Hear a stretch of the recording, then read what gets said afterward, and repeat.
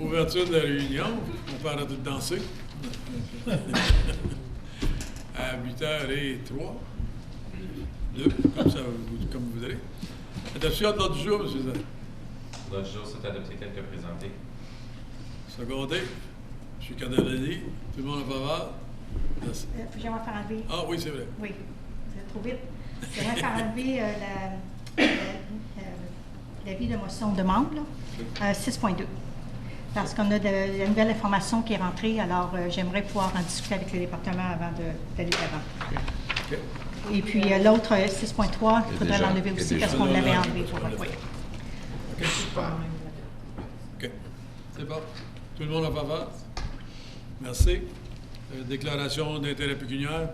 Aucune. Merci. Délégation, présentation. On a l'honneur d'avoir Mme Caroline Arcan qui s'en vient nous faire une présentation ce soir. Bonsoir, Madame. Bonsoir. Merci beaucoup. C'est pas une présentation comme un échange, vraiment. Donc, je vous remercie beaucoup. J'ai besoin de votre nom et qui vous représentez. Oui, Caroline Arcan, directrice Centre de service à l'emploi de Prescott Russell. Merci. Alors, merci beaucoup. J'ai deux de mes collaborateurs avec moi, France Garreau et puis Apollos Gustanard. Et puis, je m'en viens vous entretenir sur le sujet de l'immigration, puis comment le Centre de service à l'emploi, on aborde ça. Dans un premier temps, je vais vous parler de ça, puis dans un deuxième temps, je veux vous partager un peu des préoccupations qu'on a. Puis tout ça, ça devrait durer pas plus que 8 minutes.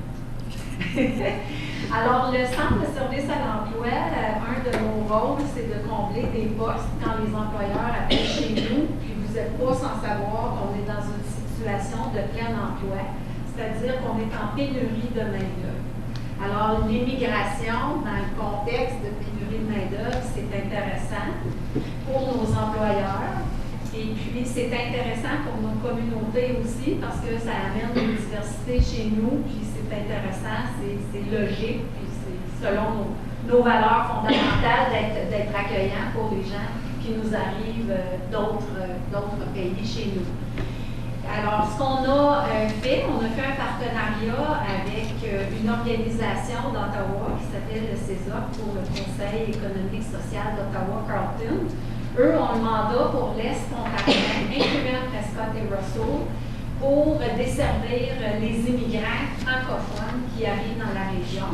Alors, plutôt que de réinventer la roue puis que d'avoir un autre joueur qui s'établisse dans Prescott et Russell, on a acheté les services, nous, du CESA, puis on a le bonheur d'avoir Apollos qui travaille pour le Centre de service à l'emploi, mais en fait, c'est un achat de services du CESA. Pourquoi? Parce que le centre, on n'avait pas l'expertise au niveau de l'immigration, donc on ne voulait pas s'inventer des experts dans quelque chose qu'on ne connaissait pas. Puis depuis l'arrivée d'Apollos, c'est génial ce qui se passe parce que parmi ses nombreuses fonctions, il se rend à Ottawa, il se rend à Montréal, il rencontre des groupes de gens qui viennent d'arriver, qui sont à la recherche d'emploi. Juste pour vous donner un exemple, pas plus tard que le 21 août, on a un autobus qui part d'Ottawa. On va faire un arrêt dans Clarence-Rocklin, ensuite dans le bout de Hawkesbury. Ils vont passer toute la journée en autobus pour visiter notre belle région, visiter des entreprises. Puis c'est quelle entreprise dans la région? Est-ce que c'est pas le vin? Pas confirmé encore. Pas confirmé, mais bon, si c'est pas chez Pas le vin, ça sera ailleurs, dans une de nos entreprises sur notre territoire de la cité Clarence-Rocklin. Donc ça, c'est une chose. L'autre chose, on va dépêcher une délégation de 3 personnes, des représentants du Centre de service à l'emploi, en France et à Bruxelles, à travers un programme avec Immigration Canada, pour aller faire du recrutement, justement, de francophones, belges et français, pour combler des postes chez nous. On va aussi participer à la Foire nationale de l'emploi à Montréal, où on sait qu'ils ont un bassin d'immigrants assez important. Alors, on veut amener des gens dans la région de Prescott-Russell, principalement pour combler des postes. Ce que je dois vous avouer, c'est qu'au Centre de service à l'emploi, en ce moment, on a entre 350 et 400 postes continuellement d'ouverts qu'on pourrait combler demain matin si on avait la main-d'œuvre. On a des entreprises sur votre territoire de Clarence-Rockland qui vous disent nos entreprises ne peuvent plus prendre d'expansion, tout simplement parce qu'on n'a pas de bras pour travailler. Alors, on veut vraiment solutionner la pénurie de main-d'œuvre à travers l'immigration. Par contre, les préoccupations que nous avons, je suis arrivée là dans mon discours, c'est les pénuries de logement aussi. Alors, on en a parlé, M. Desjardins et nous, brièvement tantôt. Puis, j'ai pas de solution à vous proposer. Je ne m'en viens pas ici, dans cette intention-là, de proposer des solutions parce que il faut regarder des solutions à long terme. Mais seulement vous dire qu'à Hawkesbury aussi, on a un pied à terre à Hawkesbury, le centre de service à l'emploi, de même qu'ici à Rockland, à Brun aussi. Donc, à Hawkesbury, la maire, Mme Paula Hasley, une de ses stratégies, c'est qu'elle veut regrouper les contracteurs, des agents d'immeubles, des propriétaires d'immeubles, puis lancer vraiment l'idée à savoir qu'est-ce que vous pourriez voir comme solution de rechange à la pénurie de logement. Donc, je m'en viens semer un petit grain de réflexion chez vous, les membres du conseil municipal aussi, pour considérer peut-être corriger la situation d'une façon ou d'une autre. Alors, je ne sais pas comment, mais tout simplement, ce que je veux vous dire et ce que je peux vous dire, c'est qu'on a des gens qui sont très intéressés de déménager dans la région de Clarence-Rockland. Apollos a plein d'exemples à donner, des familles, des gens qui ont des permis pour venir travailler. C'est des immigrants économiques, des gens qui sont compétents, éduqués, qualifiés. Le défi demeure qu'ils ne peuvent pas se trouver de logement. Je sais que les services sociaux avaient des octrois qui donnaient aux contracteurs un certain montant pour bâtir des appartements à prix modique. M. Côté en avait eu de l'argent, on avait fait 4 logis sur Edwards, puis il y en avait un autre ailleurs. C'est la façon d'aider aux contracteurs d'aller de l'avant avec ça, là, parce que, après tout, c'est dispendieux à bâtir, puis il faut pour faire des prix modiques, ça prend de l'aide en quelque part. Oui. Puis, si vous me permettez, prix modique, ça peut être intéressant aussi pour certains types d'immigrants, peut-être, qui arrivent et qui doivent se refaire une économie localement, qui n'ont peut-être pas la capacité. Mais je vous parle aussi de gens qui sont hautement qualifiés, qui peuvent combler des postes en ingénierie, comme des gestionnaires, des comptables, des avocats même, des gens qui sont hyper qualifiés et qui seraient prêts à payer un bon prix pour un très bel appartement. Puis eux aussi font face à l'impasse devant le manque d'hébergement. Mais je pense aussi avec les changements, avec les DC par rapport au logement, où ce qui s'est rendu un peu plus slack, le montant de temps que tu as besoin de repayer ces DCs-là, je crois que ça pourrait aussi ouvrir une nouvelle porte où il y aurait plus de développement avec ça. Encore, ça reste à voir, c'est nouveau, on attend encore que ceci soit finalisé avant de vraiment savoir l'impact que ça pourrait, mais définitivement, je pense qu'il va y avoir des changements qui vont arriver.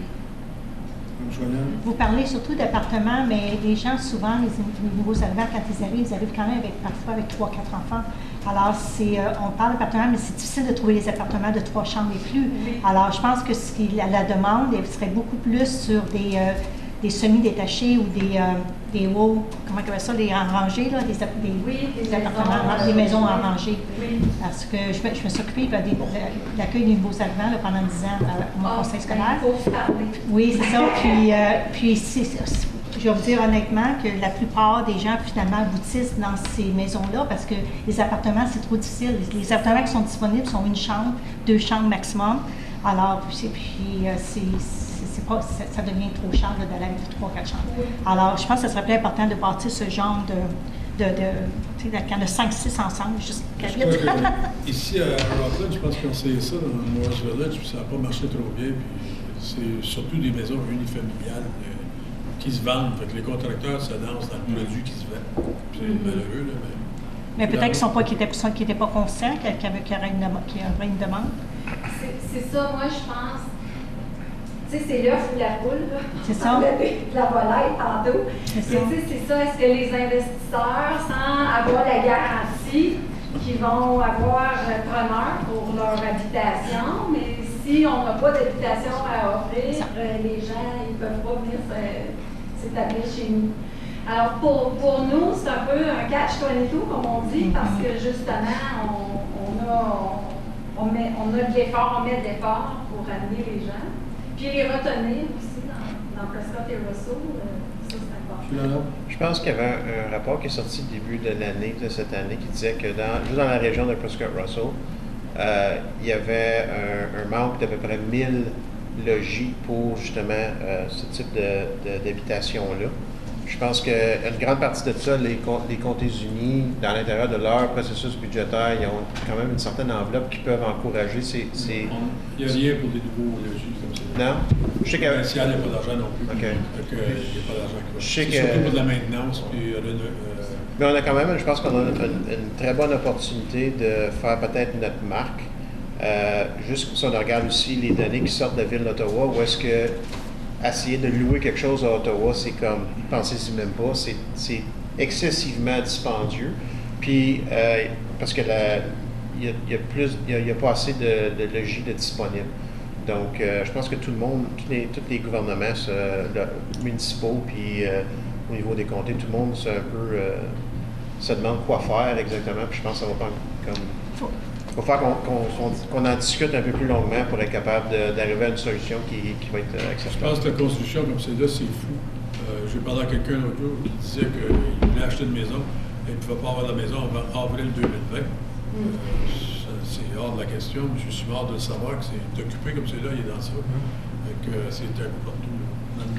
Bien, c'est ça, c'est encore une autre satisfaction parce qu'il manque aussi de la main-d'œuvre pour justement construire les maisons. Il manque des bricoleurs, il manque des gens pour faire Alors, c'est des sections qui sont obligées de ralentir sur les projets. C'est évident que ça n'arrive pas non plus, là, mais je pense que je ne sais pas à quel point les municipalités, soit que ce soit nous autres, les comtés unis, là, fournissent des incitatifs peut-être aux contracteurs qui pourraient construire ce type de maison. Parce que moi, je me dis, si on peut emmener ces gens-là dans ce type des maisons en rangée, là, mais par la suite, ces gens-là, une fois qu'ils sont sur pied puis qu'ils ont un revenu régulier, tout le monde est placé, souvent les deux vont travailler, les enfants à l'école, ils vont vouloir après ça acheter une maison détachée. Alors, ça va permettre, encore une fois, de faire un roulement. Alors, ça permet aux gens de s'établir sans nécessairement d'avoir tout de suite les pieds à terre. Alors, on a besoin de tous les types de résidences ici pour desservir tous les types de budgets.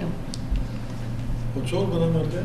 Bien, ça va être tout. J'aimerais vous distribuer peut-être comme des clients de notre programme des services. Si vous avez besoin d'un conseil municipal, peut-être vous autres, là, à Bruxelles, on est tous volontaires de y aller. Tous volontaires. J'entends bonne note, M. Merci. C'est pour toi qui n'aura pas d'argent pour ce qui s'en va en Corée. Mais les autres pourraient y aller.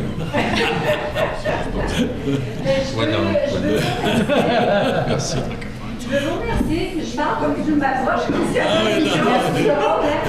Mais advenant le cas où vous décideriez de prendre le taureau par les cornes, comme on dit, puis que vous aimeriez rassembler des contracteurs, des investisseurs, nous, ça nous ferait plaisir probablement d'égayer ça à la Belle-France, mais on pourrait faire partie du dialogue avec vous, puis Apollos aussi, un peu pour partager en termes de chiffres, ça pourrait représenter combien. Là, on n'a pas une boule de cristal, c'est sûr, mais avec justement l'initiative qui a débuté avec Apollos depuis le 1er avril, on voit que là, ça s'en vient en ébullition, puis il faut faire quelque chose pour adresser. Alors, merci beaucoup. Merci beaucoup. Mais ce que je peux peut-être donner une directive, peut-être qu'on pourrait justement former un comité qui pourrait se pencher sur cette situation-là. Parce que, où on pourrait inclure des développeurs aussi dans le comité. On a le droit des développeurs avant, s'ils sont intéressés à former un comité. Parce que Ça devrait être à Prescott Russell. Prescott Russell pour avoir l'argent, parce que c'est eux autres, il faut oublier, on n'a pas de l'argent au département de développement économique à Prescott Russell. À Prescott Russell, non, les projets qui s'en viennent à Prescott Russell. On leur donne 14 millions, je pense. Mais ça va prendre le comité de se pencher sur ça, parce qu'on peut accueillir les nouveaux arrivants. Il y en a qui arrivent, là, moi je vous le dis, là, il y en a qui arrivent extrêmement qualifiés, vraiment qualifiés. C'est un ajout, c'est un atout, c'est un avantage pour la municipalité. Garanti, mais ça devrait être à Prescott Russell. Oui, parce qu'il va y avoir une ancienne résidence qui va être vide. Là. Ils peuvent se servir de ça pour faire un appartement. Puis baisser la dette de 4,6, le déficit de 4,6 millions. Alors, on continue. 5.1, résultat de conformité de 2018 sur la protection civile et la gestion des situations urgentes. Merci.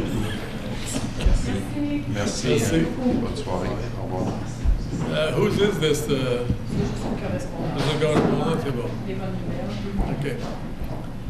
6.1.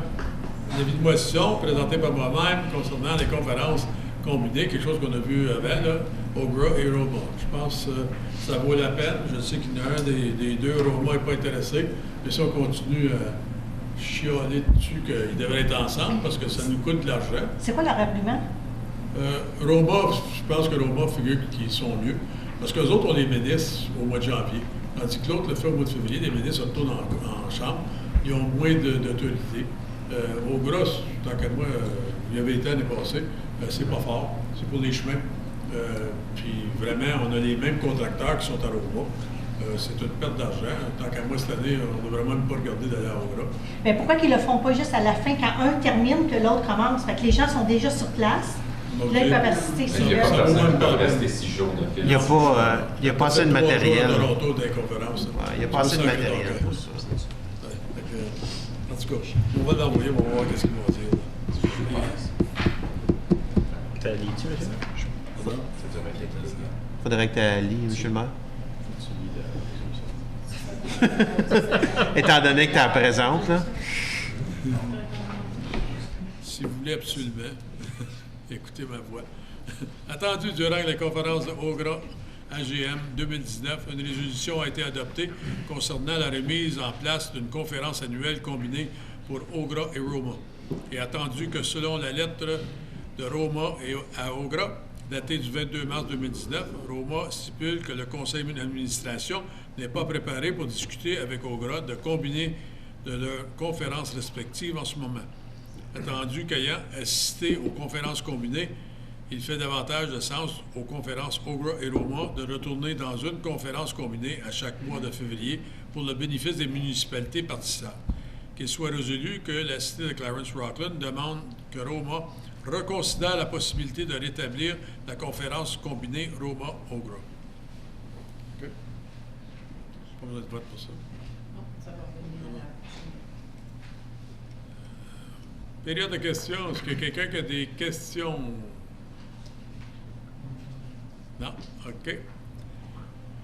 Rapport des comptes unis, bien, ils ont été fermés pour un mois. Fait que tout va bien. Tout va bien, ça a l'air, ils sont tous en vacances. Rapport des comités. Monsieur Bouchard, voulez-vous nous lire 9.1, s'il vous plaît? Juste précisément, Mme Grappière, il faut que je choisisse une des deux. C'est moi qui choisis un. Oui, tu lis, non, t'as lu. OK. Ça met de la pression, mais bon. Attendu que le Conseil a mandaté l'administration à préparer un rapport pour expliquer le processus pour permettre des poules urbaines dans les zones résidentielles, que le rapport numéro AME-19-57-R soit reçu à titre d'information sans passer à l'action relativement à ce dossier. Secondé. Juste une question, il y a des poules urbaines puis il y a des poules rurales. Parce que on n'aurait pas juste pu mettre le mot poule. Vous pouvez demander à M. Roy, lui, il connaît la différence. Ouais. Les poules urbaines sont plus petites. Un peu plus petites. Un peu plus petites. OK.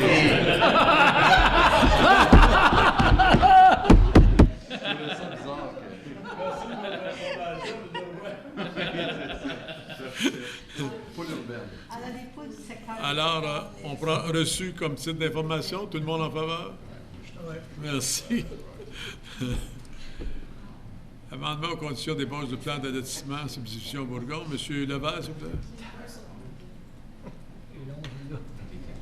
plaît. Attendu que le conseil municipal, sous forme de résolution, a adopté une série de 76 conditions relatives au projet de lotissement du développement Bourgon et la Vigne pour une partie du lot 21, concession 10, Russell Road, Cheney, le 4 février 2019, et attendu que le 27 mars 2019, le Conseil des comtés a approuvé le procès-verbal du Comité des travaux publics du 13 mars 2019 au sujet d'un passage à piétons à Cheney, et attendu que le 26 juin 2019, le Conseil des comtés a approuvé le procès-verbal du Comité des travaux publics le 12 juin 2019 au sujet du partage des coûts de ce passage piétonnier, et attendu qu'il a été résolu de partager à part égale entre la cité, le promoteur, les comtés unis, le coût de l'installation du passage piétonnier sur le chemin Russell.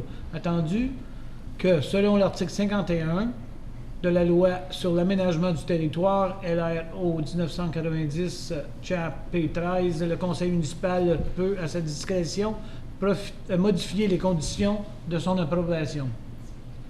Que le comité plénier recommande au conseil municipal d'approuver l'ajout de la condition suivante pour l'ébauche du plan de lotissement soumise par la Cell Engineering et Associates Limited pour développement Bourgon and Lavigne Development Incorporated, dossier numéro D-12-VVV-02, that the United Counties of Prescott-Russell, UCPR, are responsible to design and install a pedestrian crossing treatment on County Road 2 in Cheney. This pedestrian crossing treatment will consist of a pedestrian crossover level 2, type B, intersection two-way, as per the Ontario Traffic Manual Book 15, along with any other apparatus such as proper line painting, as per Ontario Traffic Manual, referred hereto as the works. The design, purchase, and installation costs of the works will be divided in three: owner, city, and UCPR. As such, the UCPR will require $12,000, representing the estimate share cost of the owner, which shall be paid by the owner via certified check or bank draft at the time of the signing that the subdivision agreement. The design, purchase, and installation of the works will be subject to city and UCPR budget approval.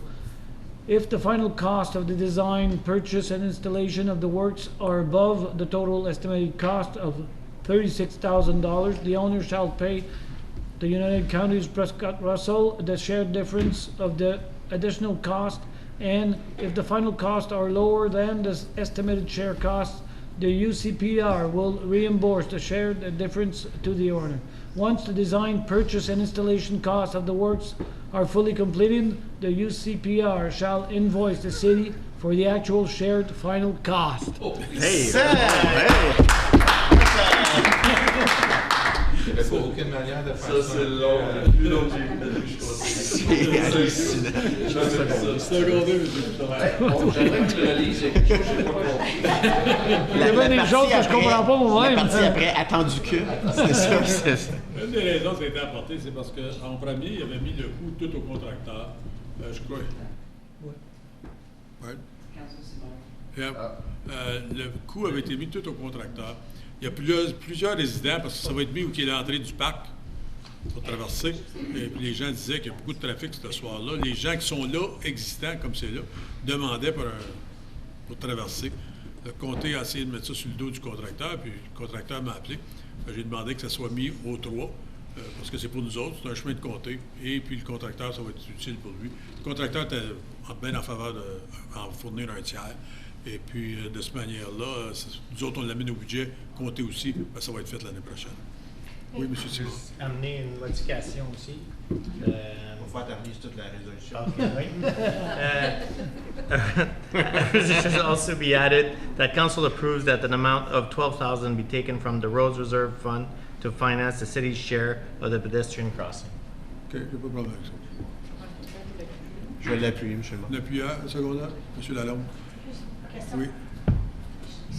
Si c'est un chemin de comté, on dit souvent, OK, c'est un chemin de comté, mais c'est quand même nous autres qui payent pour l'entretien des fossés. C'est un chemin de comté, mais c'est quand même nous autres qui payent pour si on veut mettre un débit. L'entretien des fossés d'un chemin de comté, c'est pas nous autres qui payent.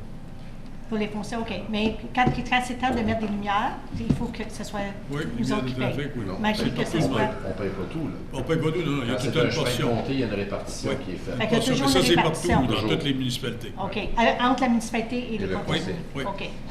Fait que ça, c'est pas nouveau, c'est pas juste nous autres. Non. C'est la même chose qui se passe ailleurs. Des fois, ça a été 50-50. Là, on a mis un tiers chaque. OK. Ça baisse le coût pour tout le monde. OK. So, quand on fait les travaux sur le 17, c'est séparé C'est compté. en deux. C'est séparé en deux ou c'est juste le compté? Non, ça dépend qu'est-ce que c'est. Parce que là, c'est un chemin de compté le 17. Oui. C'est pas un La chemin. plupart des coûts sur le 17, ça appartient au Si tu compte. mettrais des lumières sur la 17, là, ça serait séparé. Caron, on a payé parce que c'est nous autres qui apportons la lumière. Donc. OK. Sans ça, si c'est comme celle qui a été mise à Wendover, c'était 50-50 OK. pour plantage de Wendover. OK. Tout le monde en faveur? Merci. 9.3. Madame Chouanière. Le trait du symbole.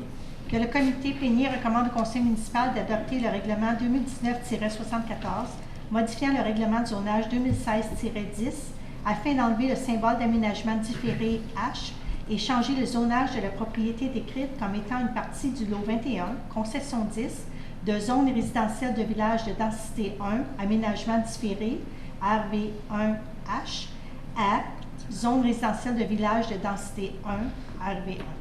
Autrement dit, enlever le H. Okay, oui. Monsieur, Madame Chouanière, c'est pas plein que c'était trop long, Monsieur Levert. Non. Secondé, M. Grimard. Tout le monde en faveur? Merci. 9.4, M. Grimard. Certainement.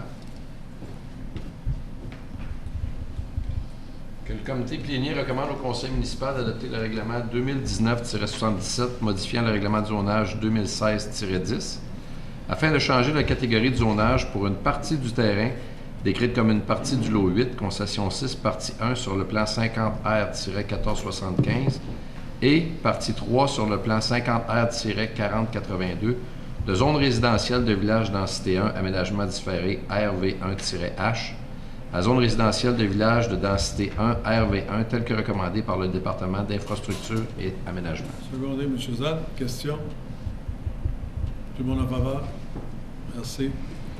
9.5, crédit pour les réservations en ligne. M. Zad.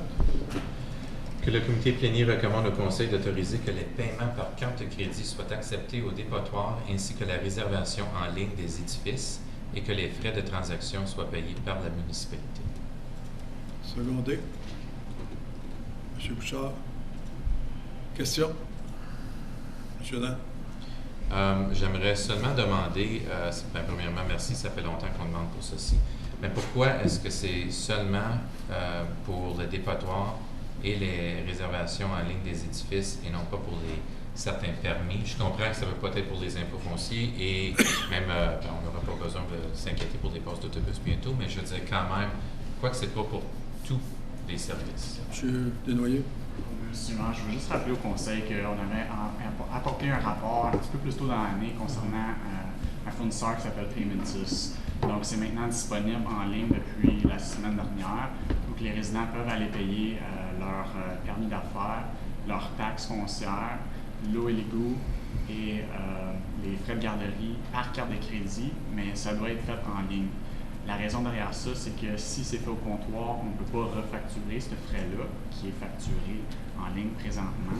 Donc, c'est la réalité très, très important pour la municipalité. Alors, on peut payer nos impôts fonciers maintenant en ligne? Oui, par carte de crédit. Et tous les frais de carte de crédit sont payés par la municipalité? Non. Contrairement, c'est ça la différence entre les deux rapports. Je voulais juste comprendre. Au début de l'année, ce qu'on a proposé, c'est que c'est vraiment l'utilisateur qui paye le frais. Versus ici, c'est une autre approche qui est prise. Puis l'explication, la majeure différence, c'est le fournisseur qui fournit le paiement, pas le paiement, mais la plateforme de paiement. Okay. Donc les fournisseurs sont différents et l'approche doit être différente. Puis le dépotoir est complètement séparé parce que c'est vraiment une approche, c'est un paiement en personne qui va être fait. Donc on ne peut pas nécessairement faire la même chose qu'en ligne. Okay. Et une fois que ça va être approuvé, si c'est approuvé, je sais que c'est la plénière, ça va être approuvé à la prochaine réunion. Est-ce qu'il va y avoir une grosse communication qui va être envoyée sur notre site web, page Facebook, tout ça pour dire aux gens que c'est maintenant disponible. Souvent, on fait des programmes, mais on ne l'annonce pas. Alors, je voulais juste faire sûr que c'est annoncé. Je sais que les glaces vont commencer à être disponibles bientôt. Je vais faire sûr que l'aréna de Clarence Creek soit bien plein. Parce qu'avant ça, il fallait qu'attendre, mais il ne faut pas appeler après 4 ans. C'est beau. M. Grimard. Un point sur le dépotoir, pour y avoir été à quelques reprises cet été. Puis c'est peut-être plus pour le département de M. Leonard qui est représenté ce soir. Il faut sortir du véhicule pour aller payer. Et c'est un véhicule qui rentre au dépotoir qui se fait peser. Puis quand il y a bien des clients, c'est un qui rentre et un qui sort. C'est extrêmement long. Là, je ne sais pas, idéalement, ça prendrait 2 balances. Je sais qu'on n'est pas là. Y aurait-il moyen de modifier ce service-là pour permettre aux gens de rester dans leur voiture, pas avoir à sortir de leur véhicule? Tout ce qu'ils ont à faire, c'est sortir, donner leur carte de crédit ou de débit et de payer. Parce qu'à chaque fois qu'ils sortent, il faut qu'ils sortent de leur voiture, il faut qu'ils aillent. Souvent, il y a un peu de discussion. Je ne sais pas s'il y aurait moyen d'améliorer la rapidité ou l'efficacité du service. Parce qu'honnêtement, ça n'a vraiment pas de bon sens dans des journées occupées comme un samedi matin. La queue, elle est extrêmement longue. Et si on pouvait simplement faire 3 opérations pour... Ça serait quasiment comme un drive-thru, en fin de compte. Tu rentres, tu peux mettre ta carte sur tape. Si on avait un petit capteur de tape électronique avec un petit... Comme au McDonald's, en fin de compte, un petit écran qui disait, ben tu pesais tant, maintenant tu pèses tant, stock tes vite, ça te coûte tant. Tout, tu t'en vas. Là, il faut qu'il sorte, il faut qu'il y ait un reçu qui est produit. Il y a une signature des fois qui est demandée. Ça ralentit énormément. Puis je pense qu'avec quelques petites simples solutions, on pourrait accélérer le rendement de notre dépotoir. Il n'y a pas moyen d'utiliser comme ils utilisent dans les restaurants quand tu payes à ta table? Ben, c'est portable, c'est ça? C'est ce que je viens de dire. C'est ça que je dis. Ouais. C'est ça que... C'est juste ça. Ça existe, c'est ça que je On peut dis. regarder là-dedans, M. Colombo. C'est certain qu'on peut regarder à... C'est vrai que c'est là, c'est pas la première fois que je n'entends parler. Puis là, à ce temps qu'on a un système de carte de crédit, ben vous pouvez mettre même un capteur avec un écran. Le gars peut même dire, bon, ben, monsieur Y, vous avez rentré à 2000 livres, vous pèsez maintenant 1000 livres, ça coûte 25 $. OK, pas de problème. Paf. Tape, c'est tout. OK. Juste un point. Merci. Autre question? Tout le monde en faveur? Ça Merci. fait tout. Mais c'est ça. Rapport d'orientation sur le budget. C'est pas comme ça. Monsieur Cardellani. C'est bon.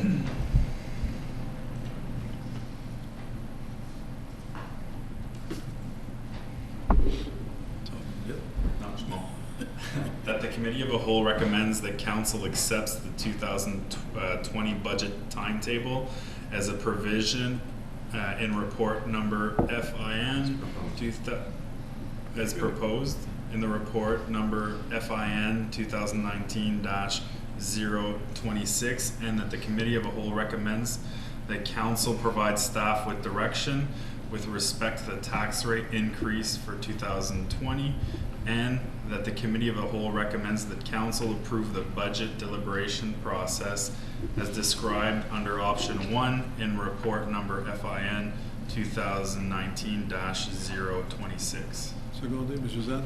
Question, M. Zad? You know where I'm going to go with this. So, I have no problems with the date, so check number 1. Fine. I do have a problem with the way, again, that it's going to kind of process through, where I believe from what I read, if I understand correctly, the tax rate would already be set, like it was in previous years, and then we would discuss if we want. Suggested. It's suggested. Do we still do it like last year, we would go through line by line? Because I know you have said now, well, anything under 5,000 wouldn't be discussed, or I'm confused, and I have a following question after that. So we're trying to present options here. We want to have this as a smooth process for you. I understand there was some frustration last year. So we're open to suggestion. We put 2 suggestions forward. So we're happy to modify that to accommodate discussion. So last year, the departments didn't make a presentation, and we just looked at budget pressures that were presented by the department. Happy to do a line-by-line review if you feel. I'm okay if the departments don't do presentations. They all feed through, you know, Fred and yourself to give their issues. I have no problems with that. I think we are elected to ensure that the budget process, that we're accountable for the budget process, and that citizens who actually have a say come through us to do it, and that's normal. That's what we're there to do. I know some people here last year were very frustrated at the line-by-line issues, and it did get tedious at some points, but it is our job. I personally think it is. So perhaps if we can just keep that in mind, different things as well. But and the last thing, as far as the budget deliberations, I think is sort of an option one. When it said, there was one thing it said that I read that, well, here's a sheet, and if you have any questions, fill this out and give it back to us. Is that, can you maybe elaborate on that? Because I was kind of like, no, I think this is the stage where I tell you, but I don't have to really Non, tell. au contraire, c'était une nouvelle idée qu'on a eue cette année. En fait, c'est pour que vous nous donnez des suggestions si vous avez des projets que vous aimeriez accomplir dans la prochaine année. Ok, c'était pour ça. Exactement. Donc, la feuille va suivre dans les prochaines semaines. Où est-ce que vous pouvez remplir les suggestions, puis on va essayer d'incorporer ça un peu dans le budget ou vous dire dans quel délai ça. Ok, là je comprends. Je m'excuse parce que je pensais honnêtement que c'était durant le processus. Si vous avez des questions, envoyez-moi sur un petit morceau de papier. Mais j'étais comme, non, je vais t'en parler, c'est tout. Ok, c'est beau, merci. Je ne sais pas si ça pourrait être une bonne suggestion. Le défi, je pense qu'on a tous eu au dernier budget, c'est qu'on a seulement eu les pressions. Fait qu'on a dû passer, si ma mémoire est bonne, on avait l'augmentation prévue de 9,11. Disons 11 quelque chose. Puis là, c'était notre travail de ramener ça au plus bas. Ce que j'aimerais peut-être proposer à la table ce soir, c'est qu'on donne une directive vers où on veut que ça soit. Je ne voudrais pas qu'on ait une différence de 7-8 %, exemple. On aimerait être alentour de 2,7 qui nous arrivent déjà avec un budget préparé, avec leurs compétences. On a des gens extrêmement compétents pour décider, et s'ils connaissent leur département, où couper. S'ils nous arrivent avec quelque chose alentour de 4, bien là, on a un travail à faire, mais il est beaucoup moins ardu. Si on dit alentour de 2,7, puis ils nous arrivent avec une pression budgétaire de 11, je trouve que là, on a beaucoup de travail à faire, et on se ramasse à la fin qu'on arrive au même but, mais avec énormément de travail. Alors, je voudrais avoir des pressions budgétaires, disons, qui sont à 11, puis qui m'amènent un budget proposé à l'entour de 2,7. Je lance des chiffres.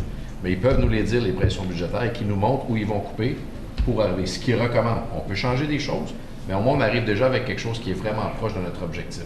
Fait que je ne sais pas si c'est une méthode qu'on pourrait essayer en disant on aimerait une zone entre 2,7 et 3 %.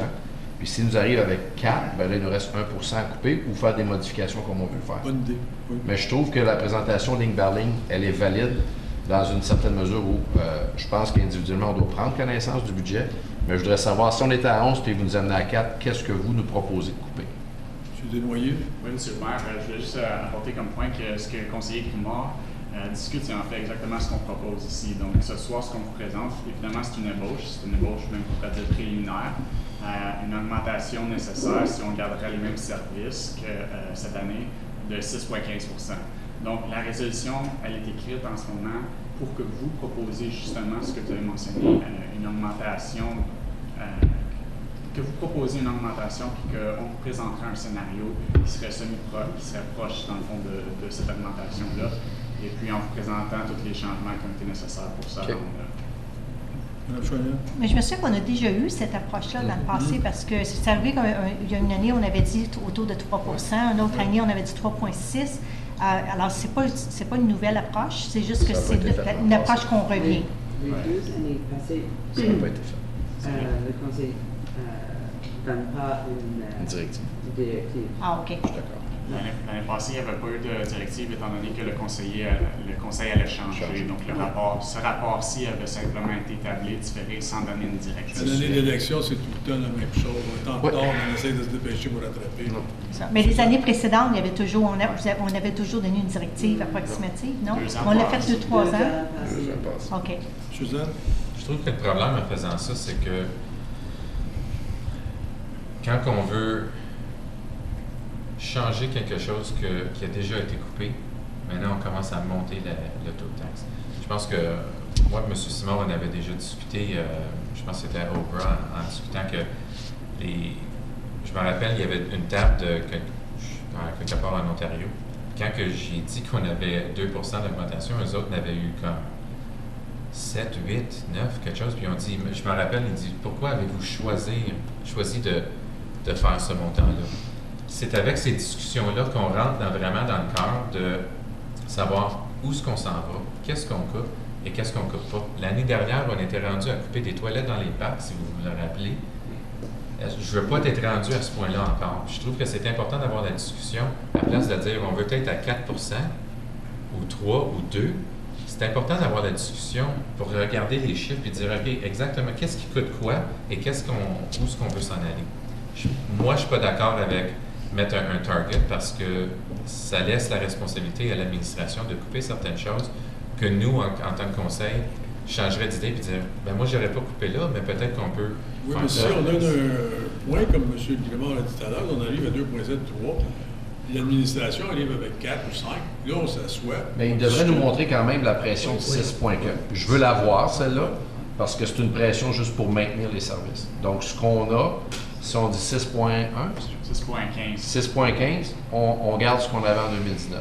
Montrez-nous-le. Maintenant, montrez-nous ce que vous nous recommandez pour qu'on arrive à 3. Si on veut aller plus, c'est notre décision, mais je pense qu'en vous donnant au moins un target, ce ne sera pas juste notre responsabilité de couper sans avoir votre input. J'aimerais avoir votre input dans les coupes. Pas oublier, il faut faire attention aussi cette année, qu'est-ce que le gouvernement provincial va nous lancer.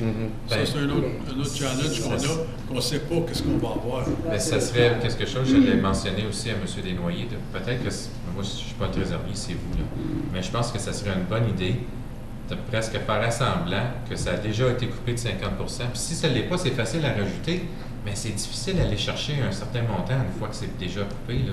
Puis vu qu'on ne sait pas combien qui va être coupé, mais on sait qu'il va y avoir des coupures parce que ça a été communiqué que toutes les municipalités devraient se préparer pour ça.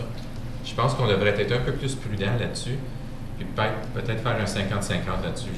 Je sais que vous avez dit dans votre rapport, les coupures n'ont pas été incluses, on fait semblant qu'on a encore cet argent-là du provincial. Je vous garantis, la province va couper là-dessus. Je ne sais pas quand, je ne sais pas comment. Mais... Écoute, je te parle de là. Moi, autant que c'était mon premier budget, moi, j'avais bien aimé le concept d'être capable d'avoir, vraiment aller voir toutes les coupures. Ce que j'avais trouvé qui était long puis non nécessaire, puis je le vois encore un peu dans le processus maintenant, tout ce qui était non discrétionnaire. C'est de la lecture, c'est énormément de pages et puis tout ça, puis c'était toujours « Ah, non discrétionnaire, ah, non discrétionnaire ». Puis finalement, on avait commencé à sauter ces items-là. Fait que moi, je sais pas si on pourrait juste comme carrément les enlever, ces items-là, de nos discussions telles quelles. Ils peuvent être en rubrique quelque part, en annexe ou quoi que ce soit. Mais moi, honnêtement, je pense que justement, là, on est à 6,15, OK? Mais même être un petit peu plus haut, moi, ça ne me dérangerait pas de faire ce travail-là. J'ai un peu de l'opinion, justement, regarde, c'est là que tu as le plus d'implications à faire, puis tu as beaucoup plus en termes des valeurs, de où est-ce qu'on veut aller, puis des niveaux de service, etc. Je pense qu'il y a un bon travail qui est intéressant de faire là, puis il y a des choses qui changent, puis des fois, tu as des discussions, puis un an plus tard, maturité, puis tout ça. Moi, je trouve le gap, il n'est pas trop grand. Ou ce qu'on dit, ben, on va être à 3, là, ben, là on est à 6 présentement. C'est OK, ben, je trouve le gap qui n'est pas grand là-dedans. Moi, j'aimerais ça avoir un peu plus de pouvoir de le voir. Puis je pense que le processus peut être raccourci justement avec les systèmes qui sont non discrétionnaires, qu'on n'a pas d'impact dessus. Je les enlèverai du document. Puis, M. le maire, si vous me permettez, sur ce point-là, justement, ça n'a pas été fait pour ce rapport-là. Vous avez vraiment tous les comptes. Puis il n'y a pas vraiment d'ordre qui a été fait. Par contre, dans le livre, dans l'ébauche budgétaire, ça va être fait. Il va y avoir une ordre qui va être faite, puis on va les mettre à la fin de chaque département. Comme ça, vous allez être capable de vraiment voir, comme si vous voulez les ignorer. Mais par contre, pour l'administration, c'est juste un processus qui est transparent de montrer tous les changements qui est nécessaire. Parfait. Mme Chouinière? C'est un peu ce que vous dites, c'est qu'avoir une liste des priorités, dans le sens que si vous avez dû couper certaines choses, on veut savoir c'est quoi vous avez coupé, mais si on devait remplacer par quelque chose d'autre, ça serait important aussi qu'on ait la liste de qu'est-ce qui pourrait être ajouté. Alors, mais par ordre de priorité, puis avec les coûts à côté. Pour pas qu'on soit obligé de passer au travers de toute une grande liste, mais il y a des choses déjà en partant que vous dites, on n'a pas le choix de le couper, mais on a coupé ça et ça, puis on a plutôt mis ça. Là, nous le présenter, mais que nous autres, on ait l'option de dire non, selon nous autres, on aimerait mieux plutôt de faire l'inverse. Alors, mais on veut avoir cette information-là clairement établie, que ça soit rapide d'accès. Il ne faut pas les petits montants là, qui... Mais les priorités qu'eux autres vont avoir, c'est pas les mêmes priorités que tout le monde. Oui, mais au moins on sait, au moins on saurait qu'est-ce qu'ils ont considéré comme prioritaire. Puis peut-être que pour nous autres, on les regarde, ces priorités-là, puis on se dit, mais non, pour nous autres, ça ne l'est peut-être pas. Là, ils peuvent expliquer aux autres pourquoi c'est prioritaire. Puis après ça, nous autres, on détermine si on veut changer. Mais on va au moins changer dans la liste des 10 premières priorités. On n'ira pas sortir complètement un autre sujet quand ils ont déjà dû couper des choses qui se font présentement. d'un service qui est déjà rendu à la population présentement. Alors, je suis d'accord avec la méthode que M. Grimard propose, mais il faudrait que ça soit sur la même page pour dire comme quoi que ça c'est à 6, puis ça c'est à 3, mettons, on parle de chiffres fictifs. Que ça soit sur la même page, qu'on n'a pas besoin d'aller fouiller dans le livre pour savoir. C'est comme deux colonnes. Si on veut changer, on est totalement libre. C'est ça. Si M. Bouchard, dans son quartier, a quelque chose qui est vraiment à cœur et les résidents veulent l'avoir, ben là, on peut jouer, on peut retirer quelque chose, rajouter d'autres choses. C'est nous qui décidons basé sur ce qu'on aime. Pour lui, ça serait probablement juste un petit peu plus de pelouse. Quelque chose. C'est pas cher, ça. Oui. Non, c'est plus d'asphalte. Plus d'asphalte, c'est vrai. Pas de poule.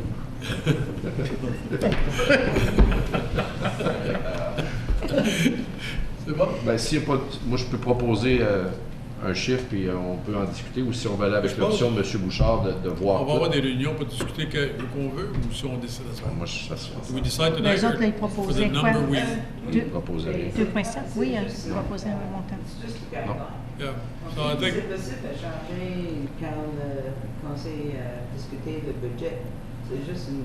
je pense que la suggestion de M. Grimard de 2,7 à 3, Oui, je suis d'accord avec ça, mais si comme quand on a des projets, puis là, là, ça peut définitivement jouer. Fait, je veux faire sûr que. ça donne une place à partir, tu sais, comme les autres ont 6, nous dans les 2,7 à 3, ça fait une place à partir. Fait que de cette manière-là, si ça change, ça change. C'est pour ça qu'on va avoir des discussions. Il fallait que la capacité de payer les citoyens aussi. Oui. Parce qu'il ne faut pas oublier que le comté aussi va mettre une taxe là-dessus. Ah oui. Autre question. C'est tout? Tout le monde en faveur? Ben, c'est quoi la guideline? Si vous voulez, vous pouvez modifier le deuxième paragraphe qui dit Community of the Whole recommends that council provide staff with direction with respect to the tax increase for 2020. Le changer avec le pourcentage que vous voulez. Je pense qu'on avait parlé de 2,7 à 3. Moi, ça a été un chiffre que j'ai lancé. C'est quelque chose qu'on peut commencer avec.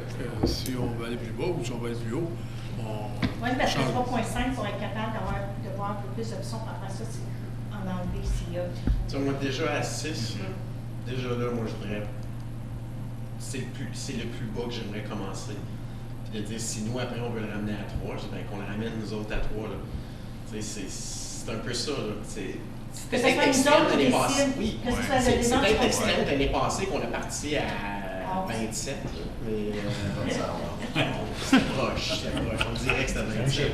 Mais déjà qu'on est à 6 maintenant, moi, mais surtout si les priorités sont indiquées en dehors de priorités du département, on a toute l'information. On devrait être capable de descendre de 3 assez facilement, pas 3,5 C'est 600 000 piastres, Mme Chouanière, ça donne.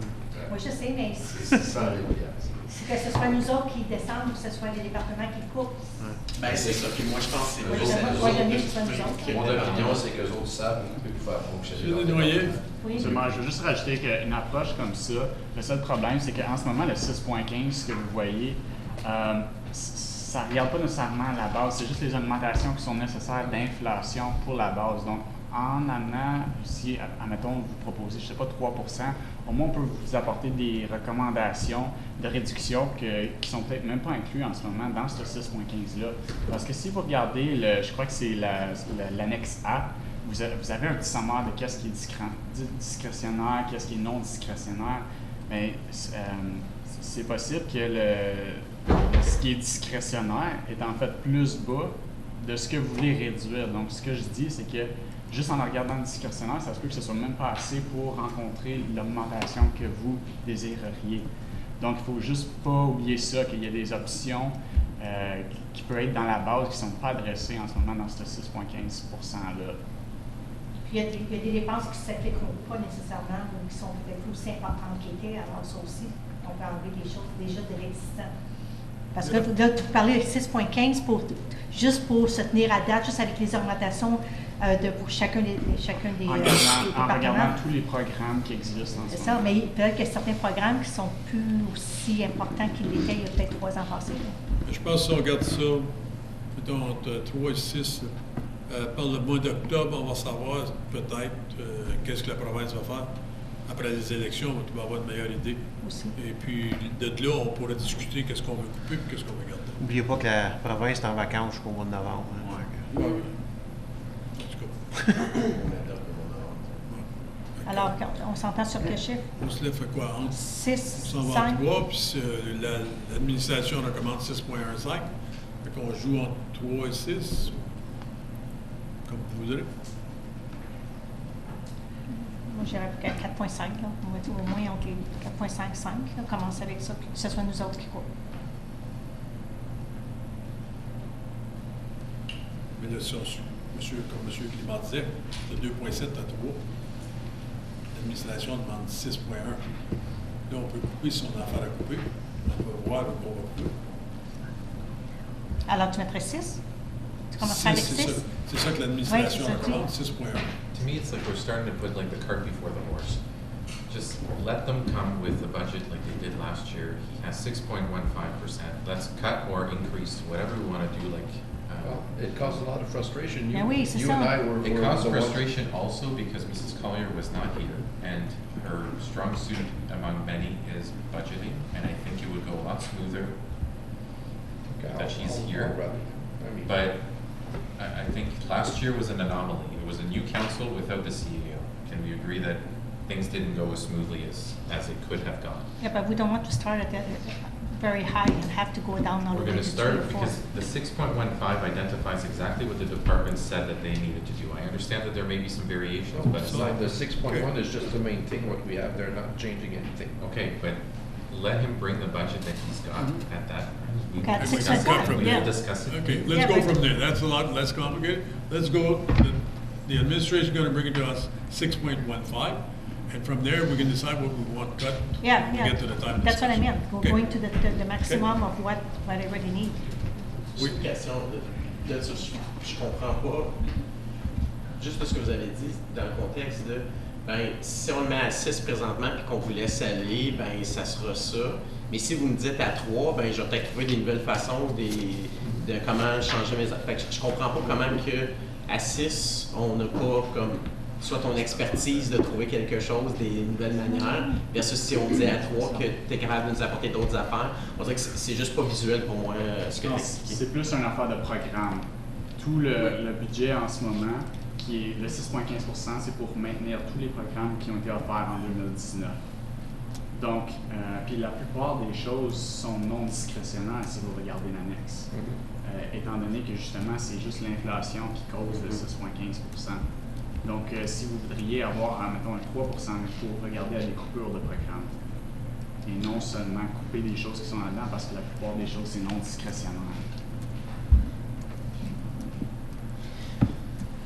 Est-ce qu'on peut avoir les deux de bord en termes d'avoir comme justement ce que M. Grimard disait, je crois, tout à l'heure, d'avoir un tableau comparatif quand on est à 6, on a ça, puis si on veut aller à 3, voici Ben, à 6, on n'a rien de plus. Ouais. À 6, on n'a rien. Exemple, si on veut faire une route de 600 000, c'est 3 % d'augmentation de taxes. Fait que tu es rendu à 9 points. Fait que si on commence à 6, puis on a tous à cœur de faire certains projets. Non, mais ben, il y a déjà un budget alloué pour les chemins quand même. oui, dans mais ça. si on veut faire quelque chose de supplémentaire de 600 000, on tombe à 9. Tandis que si on part un peu plus bas, puis eux savent où aller couper dans leur département pour nous rapprocher, là, si on veut faire une route, ben là, on va tomber à 6. Si on est à 3. Ben là, on est à 6 si on veut faire quelque chose de nouveau, à moins que je me trompe. Oui, mais le 3 considère même pas le montant de pages qu'on va remplir pour des affaires que nous autres, on veut dans les quartiers. C'est pour ça que, écoute, ça va monter, ça va descendre, mais c'est à nous autres de décider les priorités. Excuse, mais c'est pour ça qu'on a dit. Écoute, ben, la seule chose que je vois dans le visuel d'abord, est-ce que, disons qu'un département X là, aurait 18 items, puis pour que ça rentre dans le budget tel quel au 3 %, ben, ils en ont gardé 8. Est-ce qu'on peut avoir la liste quand même qui est là pour dire les 8 sont là, puis voici ce qui a été coupé? Si au moins j'ai ça là-dedans... C'est ce que j'ai proposé. Mais c'est ça que j'ai mentionné aussi. C'est pas ce que j'avais compris. Ouais, j'avais dit, montrez-nous ce que c'est à 6.1. Si j'ai le visuel, c'est ça, en termes de montrez-nous ce que vous faites pour arriver à 3. Ça, j'ai pas de problème avec là, c'est à nous après ça. Si on veut se dire, comment on dit, si on veut se dire... moi, j'ai ajouté de mettre par priorité. Qu'est-ce que selon le département, qu'est-ce qui... Fait que dans les 8 choses dans les 8, qu'est-ce qui rank? C'est ça, lequel qui serait le plus important si on en remettait un, Puis lesquels pourquoi qui ont enlevé ceux les autres. Mme Collier, you got something to say? No, OK. OK. Qu'on laisse de même? Oui. On va à 6. 6.1. OK. 6.1. En discuter. Vous changez quoi exactement? Ben, ce qu'on venait de dire, c'était 6.15. 6.15. Avec qu'est-ce que, sans même bouger rien, parce que ça, les autres peuvent regarder puis voir, pour nous proposer. À 6.15, c'est ça. Puis voici qu'est-ce qu'on couperait si c'est toi. Si on pouvait pour leur dire 3. C'est ça. On retourne à ce qu'on disait tout à l'heure, de 6 à 3. C'est ça. Fait que pour leur dire 3, puis ils vont nous montrer There you go. c'est ça. Fait que pour leur dire 3. OK. En faveur Ça de... va être avec la directive puis d'arriver avec un budget à 3%. Exactement. Mais en nous montrant tout ce qu'ils ont fait, Oui. à partir du poids dans les coupures, comme ça, nous, on veut les changer. Tout le monde en faveur? Tout ce qui a été fait pour aller de 6 à 3. Et ranker en priorité de ce qu'ils veulent. C'est ça. Mais rajouter ça dans Oui. le ça ou... Mais moi, j'aime avoir ça. Ça va être donné quand même. Oui, mais en même temps, j'ai pas le concept de juste, garde dans ton chiffrier, là, tu fais juste le classer en termes ça, c'est un garde. Oui, mais ce qui peut être important pour toi pourrait pas être tout bien important pour nous. C'est là qu'on va le discuter. Mais c'est pas ça, si on a toute la liste là, on Oui, peut et décider. sur leur priorité à eux, nous, c'est un peu ça qu'on peut poser comme question. Vos priorités, c'est quoi? Puis nous, si on n'est pas d'accord avec, on en discute, mais au moins de savoir c'est quoi. J'aime le ranking. J'aime le ranking. Est-ce qu'il y a quelqu'un qui peut lire exactement la résolution de la manière que vous voulez l'avoir motivée, s'il vous plaît? La directive est donnée à l'administration, une directive concernant, mettons, de nous donner à partir de 6.15 pour descendre et voir, nous montrer les détails pour descendre à 3%. Par ordre de priorité. Par ordre de priorité. OK. Correct, Maurice? OK. Tout le monde en faveur? Merci. 9.6, rapport d'orientation sur... Non, 9.7, réhabilitation de la rue Laurier, M. Bouchard.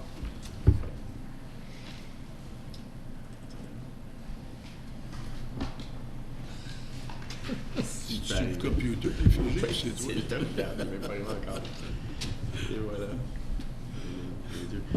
Tandis que le rapport INF 2019-025 a été présenté en juin 2019 afin d'aviser le Conseil du statut et des prochaines étapes de la revitalisation de la rue Laurier, et attendu qu'une étude d'éclairage et d'une évaluation environnementale ont été identifiées dans les prochaines étapes, que le comité plénier recommande que le Conseil autorise qu'une étude d'éclairage soit complétée avec un budget de 25 000 et que le comité plénier recommande que le Conseil autorise qu'une évaluation environnementale soit complétée avec un budget de 75 000 et que les deux études soient payées avec le budget existant pour la revitalisation de la rue Laurier. Secondé. M. Cardonnet. Question? Oui. Il n'y avait pas déjà une étude qui avait été faite. Dans l'étude, ils n'ont pas tenu compte de ces aspects-là? Pas la rue Laurier, là. Oui, pour la rue Laurier, il y avait une étude avec un design de comment, avec des terrasses, tout ça. Ah, mais ça avait été la Chambre de commerce qui avait apporté un plan de ça, là. C'était pas vraiment une étude. C'est pas l'inspecteur qui avait fait non. Ah, OK. Non. Suzanne? Écoutez, ça fait longtemps qu'on en parle de la revitalisation de la rue Laurier. Puis, ma question vraiment, c'est est-ce qu'on a vraiment besoin de dépenser cet argent-là pour savoir que, bon, ben, il fait clair le soir parce que les lumières fonctionnent. Moi, je sais pas. L'affaire, c'est qu'on a appliqué pour un octroi, on a été refusé. Mais là, il y a un nouveau programme qui vient de sortir, RED, qui appelle. Puis, on a des très bonnes chances. En ayant tout ça de fait, on serait project ready. Puis, on aurait des bonnes chances d'aller chercher cet octroi. Est-ce qu'il faut que tu sois accepté dans cette... Si c'est un octroi. Fait que là, si on dépense tout cet argent-là, puis on l'a pas, là. On l'a pas. Je sais. On a dépensé combien d'argent pour checker des lumières, puis dire en effet, oui, ils sont allumés le soir. Je veux dire, j'ai un problème un peu avec la direction où on s'en va. Est-ce qu'on pourrait prendre cet argent-là puis la mettre en quelque part qui vraiment donne des vrais résultats sur la revitalisation? Bon, c'est dur à dire. Qu'est-ce que tu as dit, monsieur? Vous acheter Mais oui. Ouais, mais tu sais, faire quelque chose d'autre, je sais pas. Là. Oui. Aussi, l'étude de lumière, de luminosité, c'est une affaire de santé et sécurité aussi. Ça étudie le bon montant de lumière nécessaire pour une rue de cette catégorie-là. Et quand on a changé pour des LED à l'autre bout, On n'avait pas une étude qui était faite là-dessus. Oui, mais ça coûterait 75 000 pour faire le long de la rue Laurier pour identifier ça, c'est le pour soir. l'environmental assessment. Ah, excuse, de 25 000. Même pour se tenir, ça, c'est une journée d'un soir, là, pour passer et dire oui, non, fait point clair, il y en a besoin d'un autre. Je trouve ça que c'est. Je sais pas, là, tu sais, 25 000 je trouve ça un peu cher pour une étude de lumière sur une rue. C'est une étude qui a déjà été faite. Dans cette étude-là, veut pas, on a dû mentionner que les poteaux de lumière doivent être à telle distance. Alors, on a déjà cette information-là. Pourquoi on ne fait pas tout simplement l'appliquer pour le reste de Laurier? Pourquoi faire une nouvelle? On l'a déjà fait pour une section. Alors, il me semble que ça ne devrait pas... moi, j'aurais bien mieux voir le 25 000 que ça soit investi directement dans l'implantation du plan. Qu'est-ce qu'on a inclus dans ce 25 000 $-là, M. Cormier? Le 25 000 $, faire une étude de combien de lumière qu'on va avoir besoin, quel espace, quelle hauteur, pour avoir de la bonne luminosité à la Terre. Oui, mais quand on va faire le plan là, par un ingénieur là, qui va faire le plan de qu'est-ce qu'on veut que la rue Laurier ait l'air, veut pas ces ingénieurs-là, ils ont cette expertise-là, ils vont l'inclure dans leur plan. Puis ça va coûter 25 000 $. Ça va être un ajout à leur design. Ils vont prendre ça parce qu'ils ne pourraient pas le faire eux-mêmes. Ça reviendra plus cher de le faire à l'intérieur de tout le plan.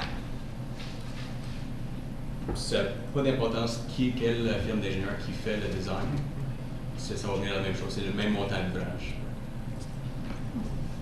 C'est une recommandation de CSW. J'ai vraiment un problème. Je suis totalement d'accord avec M. Zan, Mme Chouanière. J'enlèverais le 25. L'étude environnementale, il faut la faire. Sinon, le projet ira pas. Et on le paiera le 25 000 à ce moment-là, quand on fera faire le vrai plan. Parce que je suis certain qu'une étude, là, si le contrat n'est pas octroyé à la même compagnie, ils vont te dire non, laissez-nous faire notre propre étude, on va être rendu à 50 000. Fait que moi, je propose qu'on enlève le 25, qu'on garde le 75 parce qu'il faut faire une étude environnementale, on n'a pas le choix. Mais les lumières, ça peut attendre. C'est bon, ça. Avec la possibilité d'octroi, c'est quoi le montant, mettons, qu'on fait cette étude-là qui est à 25 000? C'est quoi la possibilité de retour qu'on pourrait avoir si on est, mettons, gagnant? Ça, je ne suis pas 100% dessus. Il n'y a pas comme un pourcentage dépendant par rapport au projet ou... L'application est juste... Oui, on en a eu l'information à propos de Red cette semaine, fait qu'il n'y a pas de détails de ça encore. Moi, je suis d'accord avec M. Climard, M. Zan, d'aller de l'avant avec le 75 000 pour l'environnement, parce qu'après tout, ça, c'est quelque chose qui va être important. Puis, l'étude d'éclairage. Mais mettons, une fois qu'on a l'information, est-ce qu'on pourrait revenir, si ça vaut la peine, d'après vous, pour voir si on peut la remettre dedans? Oui, ça se peut se faire après. Okay. Je ne veux pas ôter une possibilité de financement juste à cause qu'on a pris une décision ce soir sans avoir toute l'information possible. Ou bien, parce que l'étude environnementale, c'est important. Oui. Ça, il n'y a pas à sortir ça. Fait que si on va de l'avant avec ça, au moins on peut montrer qu'on a beaucoup de choses de faites pour le projet. Puis comme il dit, si jamais il y a un besoin absolument d'avoir une affaire de lumière pour répondre au projet, ben, on reviendra. Puis comme M. Zand mentionne, dans un soir, c'est fini cette étude-là. C'est vrai que c'est quand même... Je veux juste dire, M. Jean-Marc Lalonde passait beaucoup de temps à aller vérifier les lumières. Ça se faisait dans une soirée. Il rapportait au conseil très précisément. On en va au saphir. Si M. Lalonde est capable de le faire, quelqu'un. Tout le monde en faveur? On enlève le 25 000 pour la... Ça va prendre un proposeur après une application. On l'avait déjà, M. Je peux le proposer si vous voulez. Vraiment le proposer, puis je vais le seconder. Fait qu'on enlève la ligne. Le paragraphe. Le paragraphe d'éclairage, oui. L'étude d'éclairage. Et on a combien dans ce budget-là, M. Desnoyers? Il reste 100 000 comme c'est là. Hein? Ce que j'ai vu dans les détails, il restait 100 000, ça couvrait les deux études. Le budget en capital. Bien, c'est écrit que les deux études soient payées avec le budget existant pour la revitalisation de la rue Laurier. C'est 290 000. OK, merci. Je pensais que vous aviez servi de quelques montants là-dedans, qui restait seulement que 100 000, puis c'était couvert. C'est-tu moi qui ai mal lu ou... En ce moment, on a 298, on a 97 000 qui est à CSW. Oui. Si on faisait l'étude de lumière et le IA, là, il restait 100 000. OK, c'est bon. OK. Tout le monde en faveur? Merci. 9.8, M. Simard, entente d'appui de service.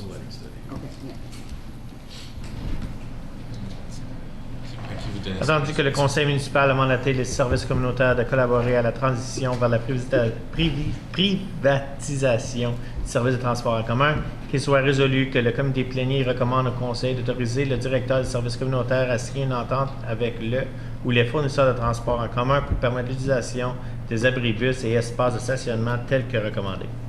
Secondé. M. Lalonde, tout le monde, question? Qui va nettoyer? Qui va les entretenir? Qui va les réparer? C'est nous autres.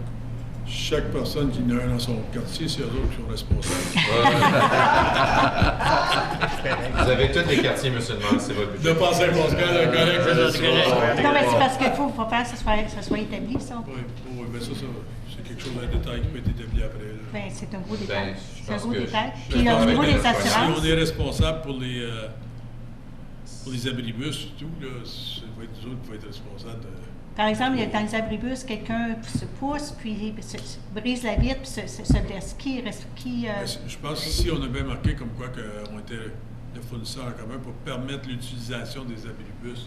En permettant l'utilisation, c'est vraiment nous autres qui vont être responsables. Ça veut dire qu'on est assuré pour ça. Ben, ils sont déjà sur notre propriété. C'est ça. Fait que ça change Pour rien. oublier, on n'aura pas de stationnement comme celui de l'église, celui contre Home Hardware, ça va être éliminé, ça. Donc, on va voir Jean-Marc Lalonde, on va avoir beaucoup moins de place, puis les abribus aux places principales, c'est tout. OK. Ça va être couvert en dessous des assurances de la ville. OK. En autant que ça soit couvert à ce niveau-là, pour qu'il n'y ait pas de surprise. OK. Autre question? Tout le monde en faveur? Merci. 9.9. M. Simard, encore? Que le rapport PRO 2019-022 soit reçu à cette information.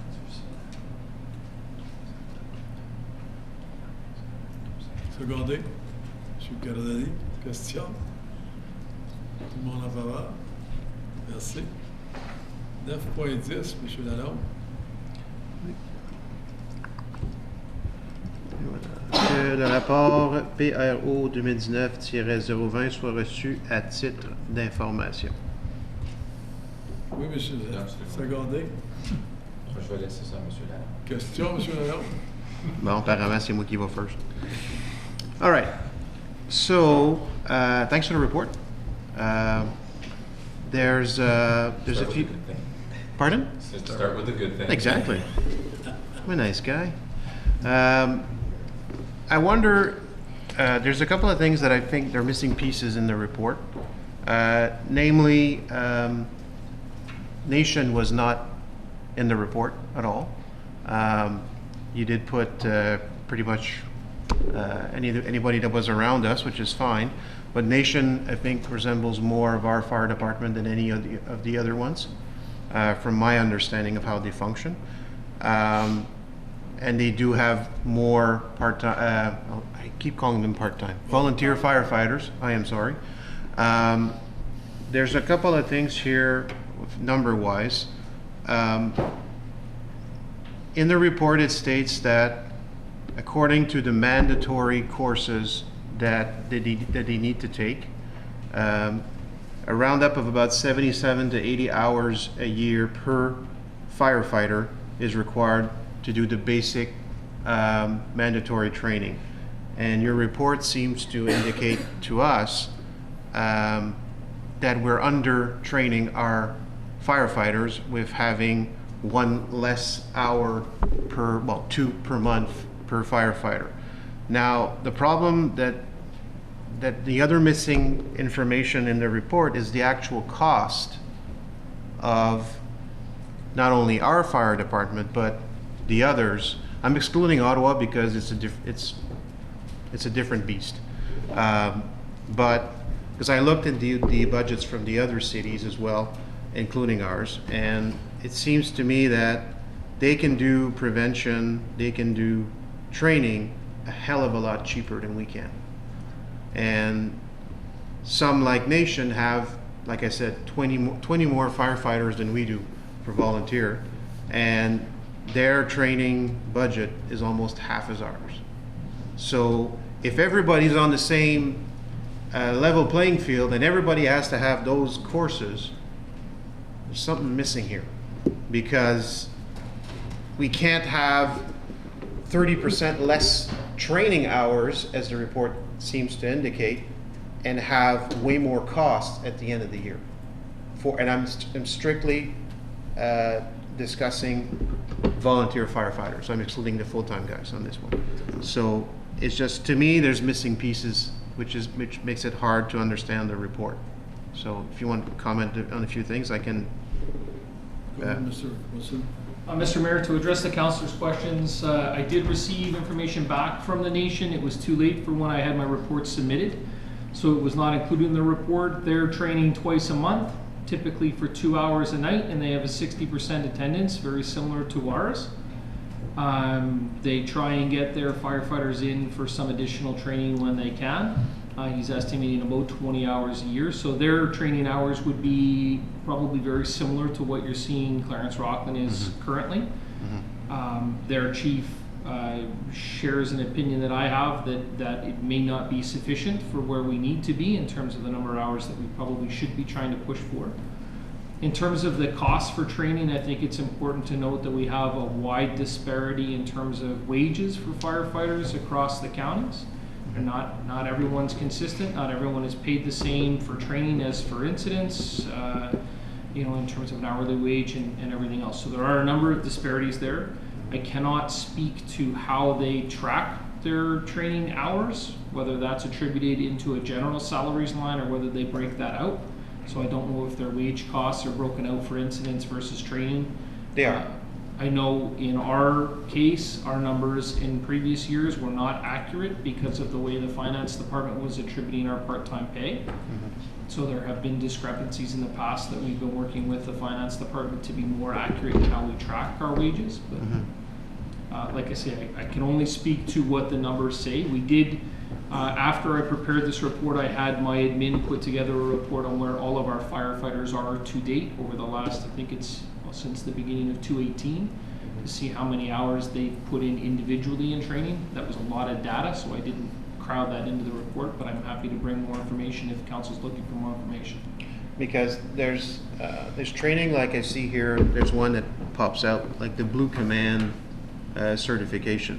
It says required because of the master plan. Well, that's something that, the master plan doesn't require anything. It's just your basic, this is what we agreed to as a general rule, but it's not actually required. So are there other municipalities around us that actually train with Blue Card Command? So that's one of the questions I had as a follow-up. And so it's just, to me, it seems that, and I've seen the reports, the monthly reports that you submit to council on training hours and all that, which is perfect. Thank you. And some months there's no training. Other months it's like through the roof. So I'm just wondering, in an effort to be more, I wouldn't say conservative, but to make sure that we are training the people we need to train the right way with the right amount of training, but also making sure that we get bang for our buck. Because if we're talking about 79, 66 personnel being trained, I don't want to see a training event with only 6 or 7 guys. It's a waste of your time. It's a waste of whoever's training them. It's also a waste of tax dollars. I want to make sure that people, because you have a 60% threshold. So to me it's hard to understand why we're paying so much for training, and every year we seem to bust that budget. The past 3 years we've busted by 20K, and I think last year or the year before was like almost 40K. So it's concerning for me, to be quite honest. Mr. Mayor, I guess to address some of those questions, Blue Card Command, we're the only ones in Eastern Ontario that are doing it. It has been adopted in a number of other regions. It has become very prevalent in Western Canada. It was a recommendation that was adopted by council and endorsed by council as part of the Master Fire Plan. When I note required on a lot of these items in terms of the list of courses that are noted, it's because Occupational Health and Safety Act is very broad in its application and simply requires you to train to competence. And the question is, how do you define competence in an emergency service? How do you define that someone is competent at being an incident commander? That they can make an adequate decision about whether or not to send firefighters into a burning structure, or whether they can't. And they're being tasked with putting a volunteer firefighter potentially in harm's way into a life-threatening situation. It's very difficult to say with 5 years experience on the job, you have that.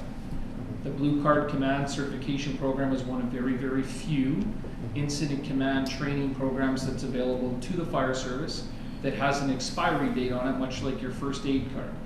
So after 3 years, you need to recertify on your Blue Card program to ensure that you stay fresh with what is going on, with what we understand is happening in fires as we learn more about that, and that you're keeping your skills sharp. There is a cost to that program. So the challenge with that is I don't want to put 80 members through a 50-hour online training program and pay them for it and then put them into a 3-day cert lab. It would destroy my training budget. So we do have to be strategic in how we try and pick which people we can put into what courses to balance who needs that training. So my officers probably need that training, but I'm not going to train my new recruits in Blue Card Command, as an example. Yeah. So we do try and balance that as best we can. It's not a perfect science. We struggle a lot in getting, I have a lot of people that sign up for I'll call them the Guts and Glory courses. So we run a boat training course. I've got everyone that wants to take the boat training course and get out on the river and take the boat training course. But we run a fire officer course, we run an incident safety officer course, and sometimes we struggle to get attendance for some of those programs.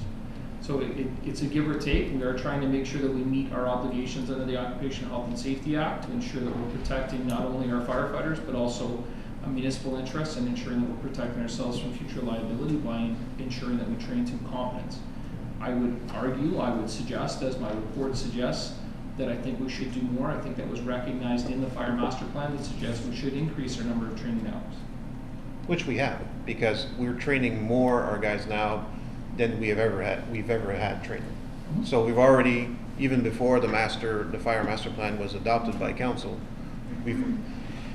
since your arrival, this is something that was you had said to us that you wanted to do. So it's already being done even before the Fire Master Plan. Mm-hmm. It's just when I hear situations where, you've put out a request for people to asking them if there's anybody that would like to have drone training, when it's something that we never discussed as a council, which would mean additional costs to the municipality, because eventually, it's good to have drone training, but eventually you're going to want a drone because you're not going to want to borrow the county's one every time.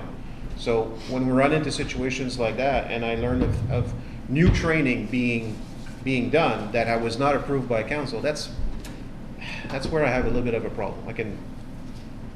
Mr. Mayor, we were afforded an opportunity through the Ontario Fire College to send someone away on a professional drone operator course that typically would cost you around $1,500. Mm-hmm. Our cost would have been $65 to send a member on that course. Mm-hmm. Given the propensity of drone stuff, I'm working with Jacobs, a company that you may be familiar with, because we recently looked at a proposal with them to put forward grant funding. They're looking at a grant proposal that council may be interested in to use drone footage to improve our emergency preparedness and our emergency management programs. As part of that, they've been working with Nokia that is prepared to offer a drone to that program. Currently, the only operator the city has works for another department, doesn't work for emergency services. Mm-hmm. And here was an opportunity that was afforded to the fire department at last minute notice for $65 to send someone to the college to undertake that drone training program. I had originally offered to go because my salary costs are generally absorbed. However, that happens to coincide with the ribbon cutting ceremony in Bourget, which obviously is important to this council as it is important to me. Yep. And therefore, I tried to find another officer that would be interested to go on that program. So no one else responded to me, and I've since withdrawn from that program at no cost to the municipality. Mm-hmm. When there are training opportunities that are afforded to this department, they give us an opportunity to be progressive and to look at new and innovative ways that we provide service to our residents. Absolutely, I'm going to do my best to look into those. Mm-hmm. I don't always have the opportunity to come forward to council and present those in a timely manner, so I have to make an educated professional decision as to whether or not we look at that. Yeah. It's just one last comment, Mr. Mayor. It's just that when it comes to training, whether it's policing, whether it's ambulance, whether it's firefighting, there's unlimited amounts of types of training out there. This municipality cannot afford to do everything. So But we need there to, is some, we need to make sure. some training that is, I'll give you an example. A few weeks ago, somebody had a heart attack at St. Pascal. The fire department was the one that saved him. Yeah, but it's part of their training. That, yeah, but it's part of their mandatory and I'll tell you, program. if you tell Monsieur Hull how he thinks about it, he's going to say, I really appreciated that service. No, but it's already a mandatory But still. training. Yeah, but What there's we- a limited training you What can we do. can do is whatever's not mandated should maybe come to council. Yeah. And then we decide, or, you know, as a team, but Yeah. if we give him a budget and he's busting it every year in training, but he compensates otherwise and brings a balanced budget at the end. Yeah. I mean, it's, I know what you're saying, but it's a balance also, but I'd rather have Yeah. more training than just the bare minimum, my opinion, especially in emergency services. Talking about training, where I'm kind of surprised is that the average, what is required is only 31 hours out of 52 hours of training. That's very low, you know? So like, a lot of money is spent on training, and if the firefighters don't attend the meetings, you know, it means that they need to go at another time. So maybe an effort should be made to have the firefighters attend those training sessions. Like I look at the Alfred Contagionet, they have to attend 52.5 of the time over 60 hours. So they can miss less than 8 hours. And we look at at our firefighters, it's like, it's almost just half of the time. Can I just ask something? I know when you go over your allocated budget, there's another pocket you can take money to. I mean, you balance things out at the end, right? If I understand correctly. I think every other department, if I'm not mistaken, has to come back to council to ask to move money, because we authorize, we take 5,000 out of here and move it to there, and we'll take 10,000 here and move it to there. So why is it that the fire department doesn't have to request to move money from one envelope to another? But he's not touching his budget. He's No. But well, there is a training budget, and everybody would have a training budget. I'm pretty sure that if I'll use community services for example, if they have a training budget and they surpass that training budget, wouldn't they have to come to council to ask to take money out of a different pocket of money to pay it for? No. Their responsibility is to balance it. The only time is for this project. Right, but what happens though is that if community services were to take money to figure out their budget, that money would have to come from somewhere that we might actually go, hey, why don't you use that bucket of money for this or that and the other thing? Or now it's all been used because or aren't now you supposed to be using that pot of money to provide extra Mr. service? Wilson? Yeah. Yeah. Mr. Mayor, to address Council's question, I mean, when any department tries to or needs to exceed a capital budget that's been established by council, that has to come back for approval, and you see a lot of those requesting additional money for culverts or road repairs or whatever the need is, and they're requesting to take money from this fund to pay for this project because it's over budget. There are regular occurrences in operating budgets in, I would venture to say, all departments of this city, where some line items, some GL line items are over budget, other GL line items are under budget, and ultimately I would expect that my boss and council, your expectation of me is to work within the overall budget that you've established for our department. So if I recognize that I have more fire calls this year and that's going to put a strain on us because my response costs are higher, that I need to try and find ways to rein other things back or bring forward to council a report saying we're going to be over budget this year. And council needs to then make a decision. I always thought that had to be negotiated or reported.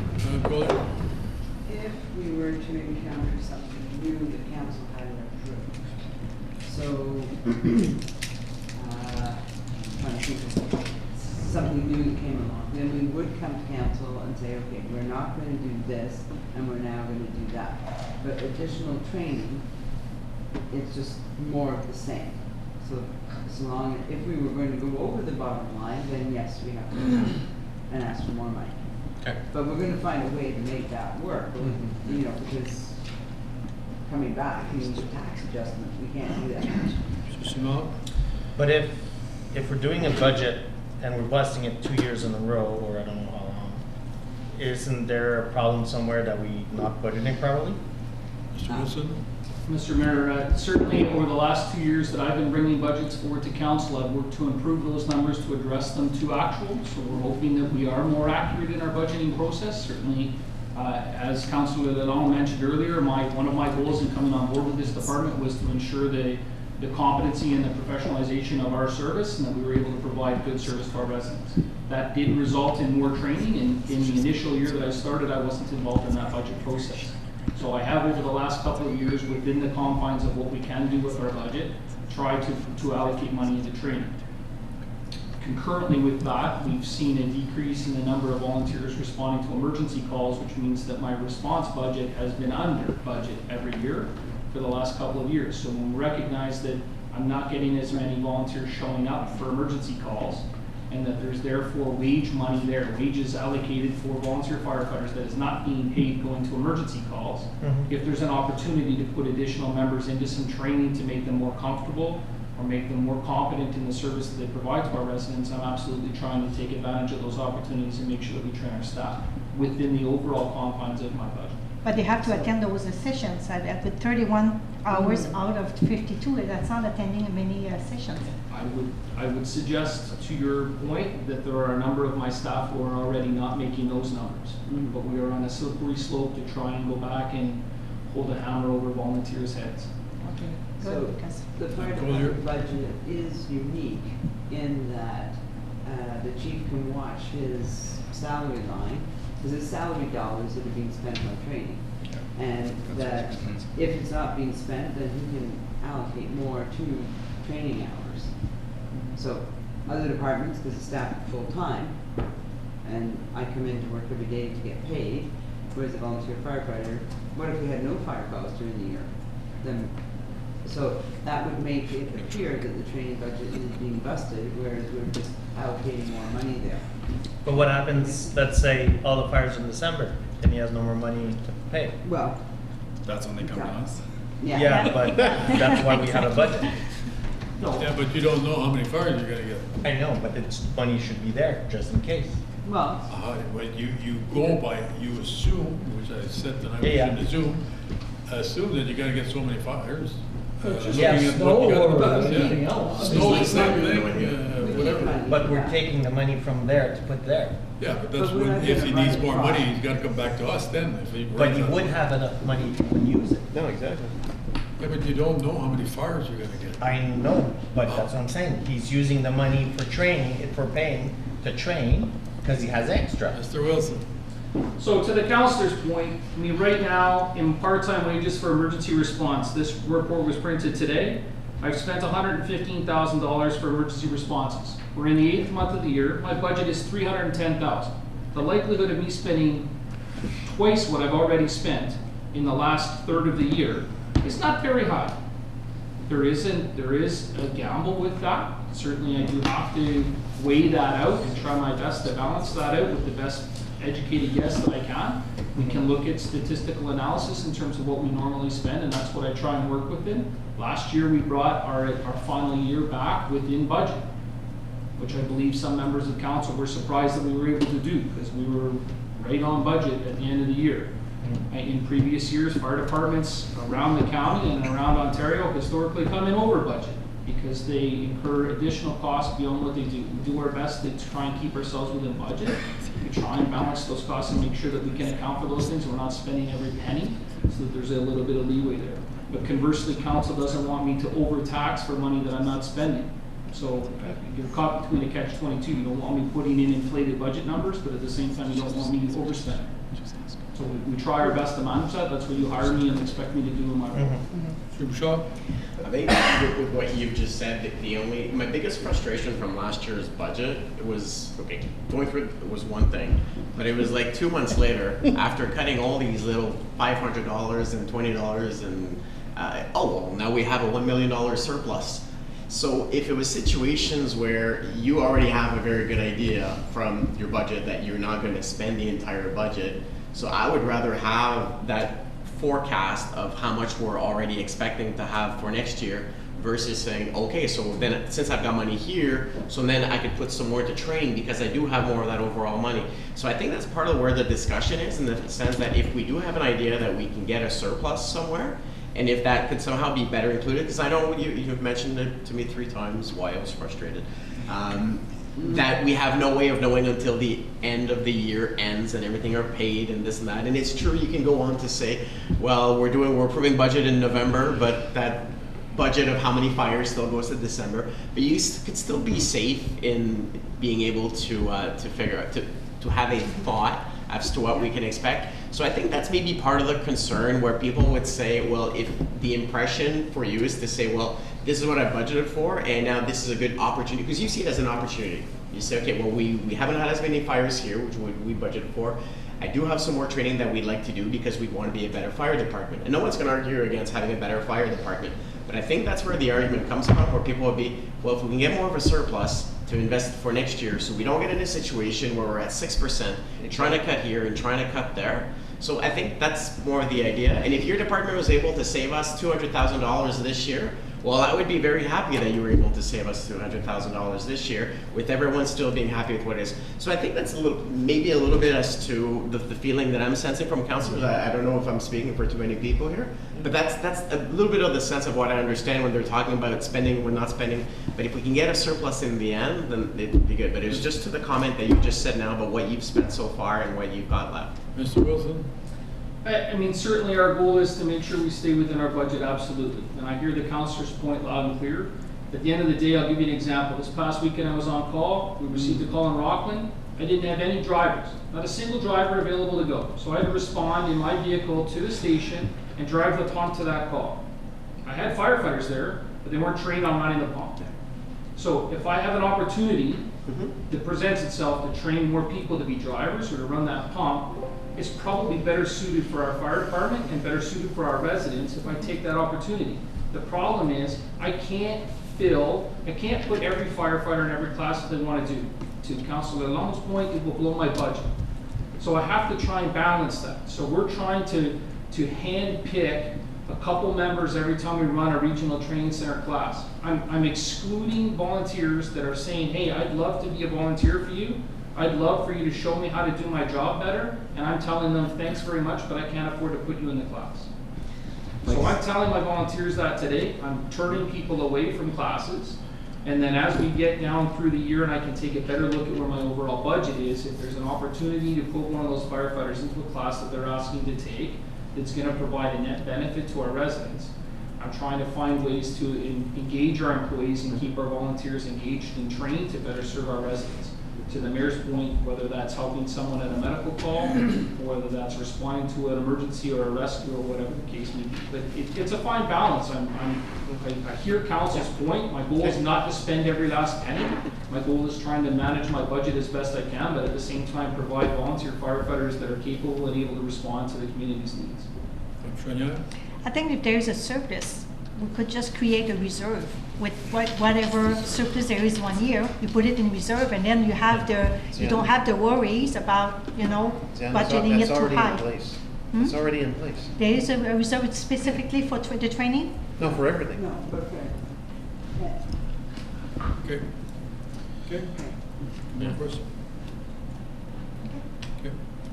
9.11. Tout le monde en faveur? C'est rien que recevoir le rapport. Écoutez, moi, j'écoute pas Nick. Put on you now. Or wait, if you could provide an updated with those other stats that you have to make this report more complete to what Andre was asking, then I would like to have that, if that's a possibility. Sorry, what are you looking for? So you said in regards to the nation numbers and everything, so that we have that, so that we can actually see it. Yeah, no problem. Perfect. And one thing I would like to know is why the firefighters don't attend as many sessions as they should. The volunteers. Because, like, you want to invest in the people who really take their jobs seriously. It's tough. So just to address Councilor Chouinier's question, one of the things we do when people sign up for a regional training center class is we look at their participation and their commitment into the department. So if someone's wandered off campus and they aren't coming out to training, it's not likely that they're going to get in for one of these courses. We're going to take someone that's routinely coming out, that's responding to calls, that's showing an interest, that's committing themselves to the city, and in turn we'll commit ourselves to them and try and help make them better at what they're doing. Perfect. So we do try and balance that as best we can. And certainly to your point, Councillor, I can update that information and send you a revised copy. I think as long as the clerk's okay with that, we can just put that in correspondence to them. 9.11, M. Simard.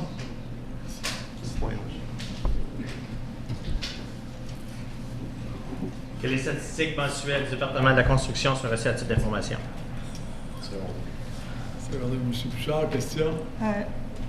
On a-tu fait des annonces? J'avais des annonces que je voulais faire, mais je me souviens pas qu'on On peut les faire à haute ultime. OK. On avait des annonces en commencement, mais on fera haute ultime. OK, parce que j'avais beaucoup d'annonces, j'ai complètement... On l'a passé, je pense, on l'a juste passé, Oui, je ne sais pas si ça a été mentionné. Je l'ai passé, c'est là que j'ai fait mon annonce. Ah, OK, je pense que j'étais distraite. OK. Tout le monde en faveur pour les constructions? Merci. OK. Autre item, Mme Soigneur m'a passé première. Oui, s'il vous plaît, merci. Vendredi, le 16 août, entre 10h30 et 15h30, c'est la journée du parc Splash Pad à Bourgette. Il va y avoir des activités pour les enfants, il va y avoir des kiosques aussi d'information pour tout le monde, aussi un barbecue. Alors, on invite là, tout le monde à venir passer du temps avec votre famille, ceux qui sont disponibles pendant la journée. Le jeudi 22 août à 16h30, c'est l'ouverture officielle de la nouvelle caserne de pompiers à Bourgette. Il va y avoir un barbecue, il va y avoir aussi une visite guidée après l'ouverture officielle. Alors, so it's going to be the grand opening of the new fire station in Bourgette, so we invite everybody to come. It starts at 4:30 in the afternoon. Vendredi, le 23 août aussi, à 21h, il y a le cinéma sous les étoiles pour le film Shrek. Le film est en français seulement, dans la cour d'école de l'école Sacré-Cœur, et ça commence à 9h. Je voulais juste ajouter à ça, c'est payé une partie par la Fondation du golf du maire. C'est pour ça que le maire a un tournoi de golf au mois de septembre pour mettre un peu plus de cash dans le fond, parce qu'on est après baissé, on ne pourra plus payer pour ces événements. Alors, merci. J'ai pas fini. On a une partie de ces subventions-là qui est aussi du service communautaire avec notre subvention Oui. qu'on donne aux communautés. J'en ai deux autres, monsieur. Oui, allez-y. Le samedi, le 24 août, il y a une tombola de midi à 5h, de midi à 17h pour toute la famille. C'est gratuit et puis il y a des prix à gagner. Il y a des amuseurs publics, un barbecue, face painting, des jeux, jeux gonflables. Tout ça, c'est à l'école, toujours à l'école, dans la cour de l'école Sacré-Cœur. Il va y avoir aussi une chasse au trésor, puis de la musique. Aussi, le samedi, il y a une tombola à 10h. Ah oui, à 10h le matin, avant que la tombola débute, il va y avoir un tournoi de washer. Vous devez former des équipes de 2. Et vous devez vous inscrire pour... c'est juste avant la tombola. Choyeur, qu'est-ce que c'est un tournoi? C'est quoi un tournoi? Le washer, c'est... Je ne sais pas, apparemment que c'était un jeu que tout le monde connaît. Moi, je connais pas ça. En anglais, ils appellent ça... washer toss. Non, ils appellent ça un washer toss. Je pense que c'est avec les poches. C'est des washers. Ah, le tombola, c'est un genre de fête, une fête... Les équipes, c'est English, une fête qu'on fait avec plein d'activités, mais c'est que c'est pour toute la famille, le tombola à partir de midi. Mais par contre, avant ça, à partir de 10h, pour les adultes seulement, la même journée, c'est qu'est-ce qu'on appelle en anglais washer toss tournament. C'est pas un dryer toss. Non, c'est washer. Et puis pour vous inscrire, vous devez téléphoner au 613-487-3145. Et une dernière chose, c'est que le samedi, le 21 septembre, au Parc naturel La Vigne, comme vous savez, il y a le défi coureur des bois 2019 Challenge. Il y a 4 trajets. Et puis, alors, même les jeunes, là, à partir de 6 ans, il y a un trajet de 3 km.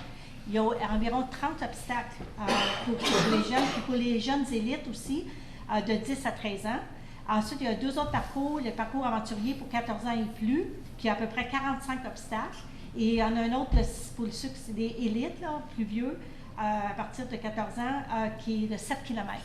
Alors, toutes les routes ont été refaites dans le parc La Vigne pour qu'il n'y ait pas que ça s'entrecroise. Alors, c'est vraiment plus facile de suivre les trajets qui vont être indiqués. Alors, je vous encourage à participer. C'est un événement qui grossit là, à chaque année. Puis, le fait que c'est dans une forêt naturelle, c'est vraiment intéressant parce que c'est tous des obstacles qui sont grimper dans les arbres, passer dans la boue, et c'est toutes des choses ça, qui sont intéressantes. Venir en équipe, c'est le fun aussi en équipe, c'est plus motivant. M. Grimard? Non. Suzanne? Les coûts, c'est à partir de 30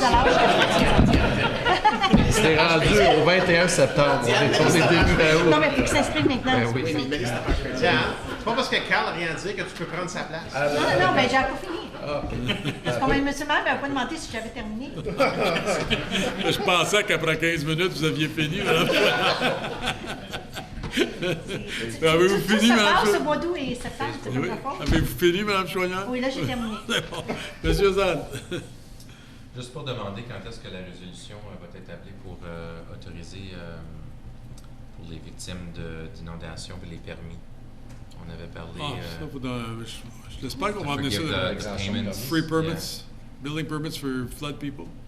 We Whoever talked about wants to bringing that renovate. forward, and I think I got a few calls, so I'd like to know when that's going to be tabled. Next council meeting. On l'avait passé à plénière. I'm not sure that we're going to be bringing that report, but we've decided that we'll be reviewing each one on a case-by-case basis, right?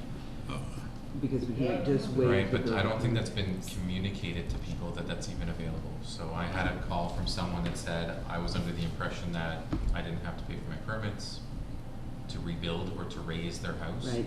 I really didn't know what to say. I think the mayor and I spoke about it and said, keep your receipts. But now, how exactly, if it's a case-by-case basis, could we have some sort of framework to explain to people how they go about accessing this? So can I leave it with you guys to think of something for next meeting, if that's okay? But and we'll explain to you why it's out. Okay. Well, and we need to make sure that the residents understand how it works, that's all. Next thing, water bills, essentially.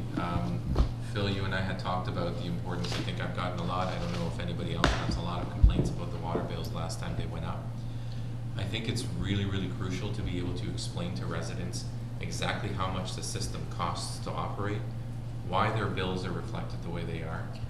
Because I think once they understand exactly why they're paying what some consider astronomical rates, they are less likely to complain about it. So is there a possible way that when we actually finish the budget and increase the rates, as I'm sure we will again, that it's actually really broken down to say exactly why the rates are what they are, and here's what it pays for, and here's how many people contribute to the water system, that sort of thing. I think that's important. Faut oublier qu'on a un des meilleurs systèmes dans toute la région. Yeah, and I'm not doubting it, but it's important to be able to even have a graph to say the reason why you're paying this much is because this much money is attributed to this, that, this. Yeah, that could be done in remember when just a you present the budget on in a visually manner? We're going to have a good opportunity in InfoCité when we produce that this fall, and it'll be before the budget process, which will help people understand how the money is being spent. Okay. Okay? It's important to just communicate those things, especially the water bill.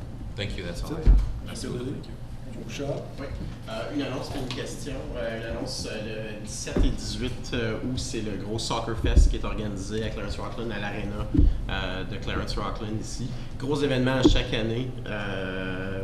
Tous les jeunes impliqués avec ça, du timid soccer jusqu'aux plus vieux, sont impliqués là. C'est toute une grosse fin de semaine. Beaucoup d'activités pour les familles en même temps. Donc, même si vous avez des gens qui ne sont pas inscrits dans le soccer, juste aller voir les gens jouer. Puis, en termes de barbecue, bounty castle, etc., tout est là. Alors, c'est une belle activité familiale. Ça, c'est un. Deux, encore sur des concepts d'eau. J'ai juste posé une question à M. Cormier, puis j'aimerais ça, par contre, la poser devant le conseil, puis voir s'il y a d'autres gens qui ont eu des mêmes demandes de citoyens. C'est qu'avec les heures d'arrosage étant de 7h à 10h le soir, c'est quand même très bien documenté que le gazon, le meilleur temps pour l'arroser, c'est le matin et non le soir, en termes de création de champignons, zèbres, etc. C'est le matin. C'est demander un terrain de golf aussi en même temps pour vous dire un peu la même chose, là, où que le matin, ce serait dans les meilleurs temps. Est-ce qu'il y a une façon de regarder s'il y aurait des gros impacts avec nos réserves d'eau, nos niveaux d'eau, si on modifierait le règlement, disons, pour avoir, quitte à dire que ça soit de 7h à 9h le matin, puis avoir de 7h à 9h le soir, peut-être que ce soit 4h, mais en bloc de 2 heures à la place, s'il y avait une possibilité de faire quelque chose avec le règlement d'eau, si notre système, on serait capable de soutenir ça, si ça causerait un problème ou pas. C'est certain que si ça cause un problème à gauche ou à droite, c'est pas une bonne idée. Mais durant l'été, il faut. Ouais, chose électrique, là. On ne saura pas que Les heures, quand ton meter marche, Non, c'est pas ça, mais en termes de nous, en termes de ce qu'on produit, le concept des heures, c'est une conservation d'eau. J'assume que c'est pour la conservation d'eau qu'on limite de 7 à 10. Alors moi, c'est purement en termes de ça. C'est 2 heures le soir, 2 heures le matin. Ça donne quand même du temps aussi séparé. Parce que les commentaires que j'ai des citoyens, c'est que, il y a beaucoup de retraités dans Clarence-Walton, des gens qui aimeraient ça arroser leur gazon le matin qui sont disponibles. Puis le gazon, c'est surtout durant les grands mois d'été, juillet, août, qu'on a besoin d'arroser. Et c'est pendant que des gens sont souvent en vacances. Donc, l'opportunité de pouvoir arroser le matin serait bien. On peut garder les mêmes journées, mais avoir un 2 heures le matin, 2 heures le soir. Ça serait quelque chose qui serait intéressant de regarder, mais je ne veux pas l'amener comme résolution de membre avant de savoir si la capacité est correcte. Donc, est-ce que ça serait possible qu'on mandate je peux demander à M. de regarder ça? Oui, mais si tu ne l'arroses pas, ça ne pousse pas, tu n'as pas besoin de couper. Moi, je rapporte ce que les citoyens veulent. Les citoyens veulent couper leur gazon. Ils veulent être dehors, socialiser avec les gens. On veut bâtir une communauté qui se parle. Madame Chouanière. Tant qu'à moi, je couperais, je mettrais une interdiction d'arroser les parterres. Parce que les parterres, même s'ils viennent jaunes, aussitôt qu'il y a une bonne pluie, le lendemain, ils sont verts. Alors, mais ça, c'est votre les jardins, perception les fleurs, je peux comprendre. Mais ils payent pour leur eau, donc c'est correct. C'est leur choix. Pouvez-vous regarder ça, M. Cormier, puis revenir avec ça? Merci. M. Levert? Oui, M. Cormier, je ne sais pas si il y a moyen, je sais que le chemin Lacroix est fermé depuis le mois de mai. Je sais qu'on va le réparer. Les dates prévues sont octobre, je crois. Oui, c'est ça qu'on a discuté l'autre fois. Oui. Et puis, je me demande s'il y a moyen de peut-être aviser les résidents qui sont obligés de faire un détour. Il n'y a pas un énorme... il n'y a pas beaucoup de résidents tant que ça, mais au moins les aviser à ce que quand on va réparer le chemin, j'essaie de répondre aux questions du mieux que je peux quand les gens m'envoient des emails dans mon quartier. Mais ce serait peut-être intéressant de regarder si on pouvait quand même leur envoyer une petite note. On parle de peut-être 40 résidents. Ça ne coûterait pas une fortune, au moins les aviser de ce qui se passe, comment le programme va avancer. Oui. Simon? No. Mr. Wilson, it's for, I discussed this matter with Mr. Roy as well. When you're going to be coming up with your budget for bylaw and fines and stuff like that, could you and Mr. Roy look into what our current fine system is for property maintenance and all that kind of nice stuff? This year we approved a big increase for like false alarms for fire. So I think we need to do something along the same lines for property maintenance, because it's always the same people every year that Mr. Roy's team has to go and knock on the door, make sure the grass is cut, make sure they pick up after themselves.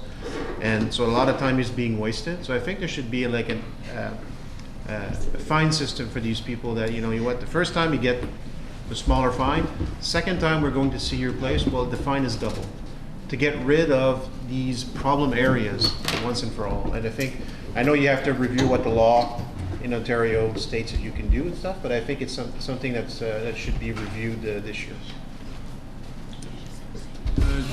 Yes. Just to the councillor's point, Mr. Mayor, we are we'll certainly look into that as well and provide some options in the budget process. We're also looking at changing our fine structures so that we can retain more of that revenue rather than having to go to L'Orignal. Yeah. So we are looking at the AMP program, the Administrative Monetary Penalty Program, and I know Mr. was working hard at trying to figure out what that could look like to hopefully retain a little bit more of the enforcement revenue here. So we are looking for potential revenue sources as well. Cool. Not that we want to be levying fines, but unfortunately that's sometimes necessary. Deux choses pour les travaux publics. Je te remercie d'avoir mis des enseignes à Clarence Creek sur les 3 chemins pour démontrer aux gens que c'est 50 km et pas 90 dans le milieu du village.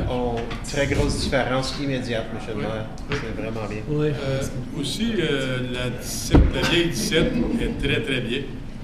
On a fait la belle ouvrage, j'ai été surpris. Service communautaire, je dirais, ils n'ont pas eu la chance de dire merci pour la belle ouvrage que vous avez faite pour le Festival de la Rivière. C'est un beau succès. Je crois qu'avec les nouveautés et les nouvelles idées qu'on a pour l'année prochaine, ça va être encore mieux l'année prochaine, mais les vieilles autos, tout ça, c'est fantastique. Ça a très bien été. Alors, merci beaucoup. C'est tout pour moi. Et puis, ajournement, 9h50. Ça vous satisfait-tu? Il y a Sur la ville Laurier.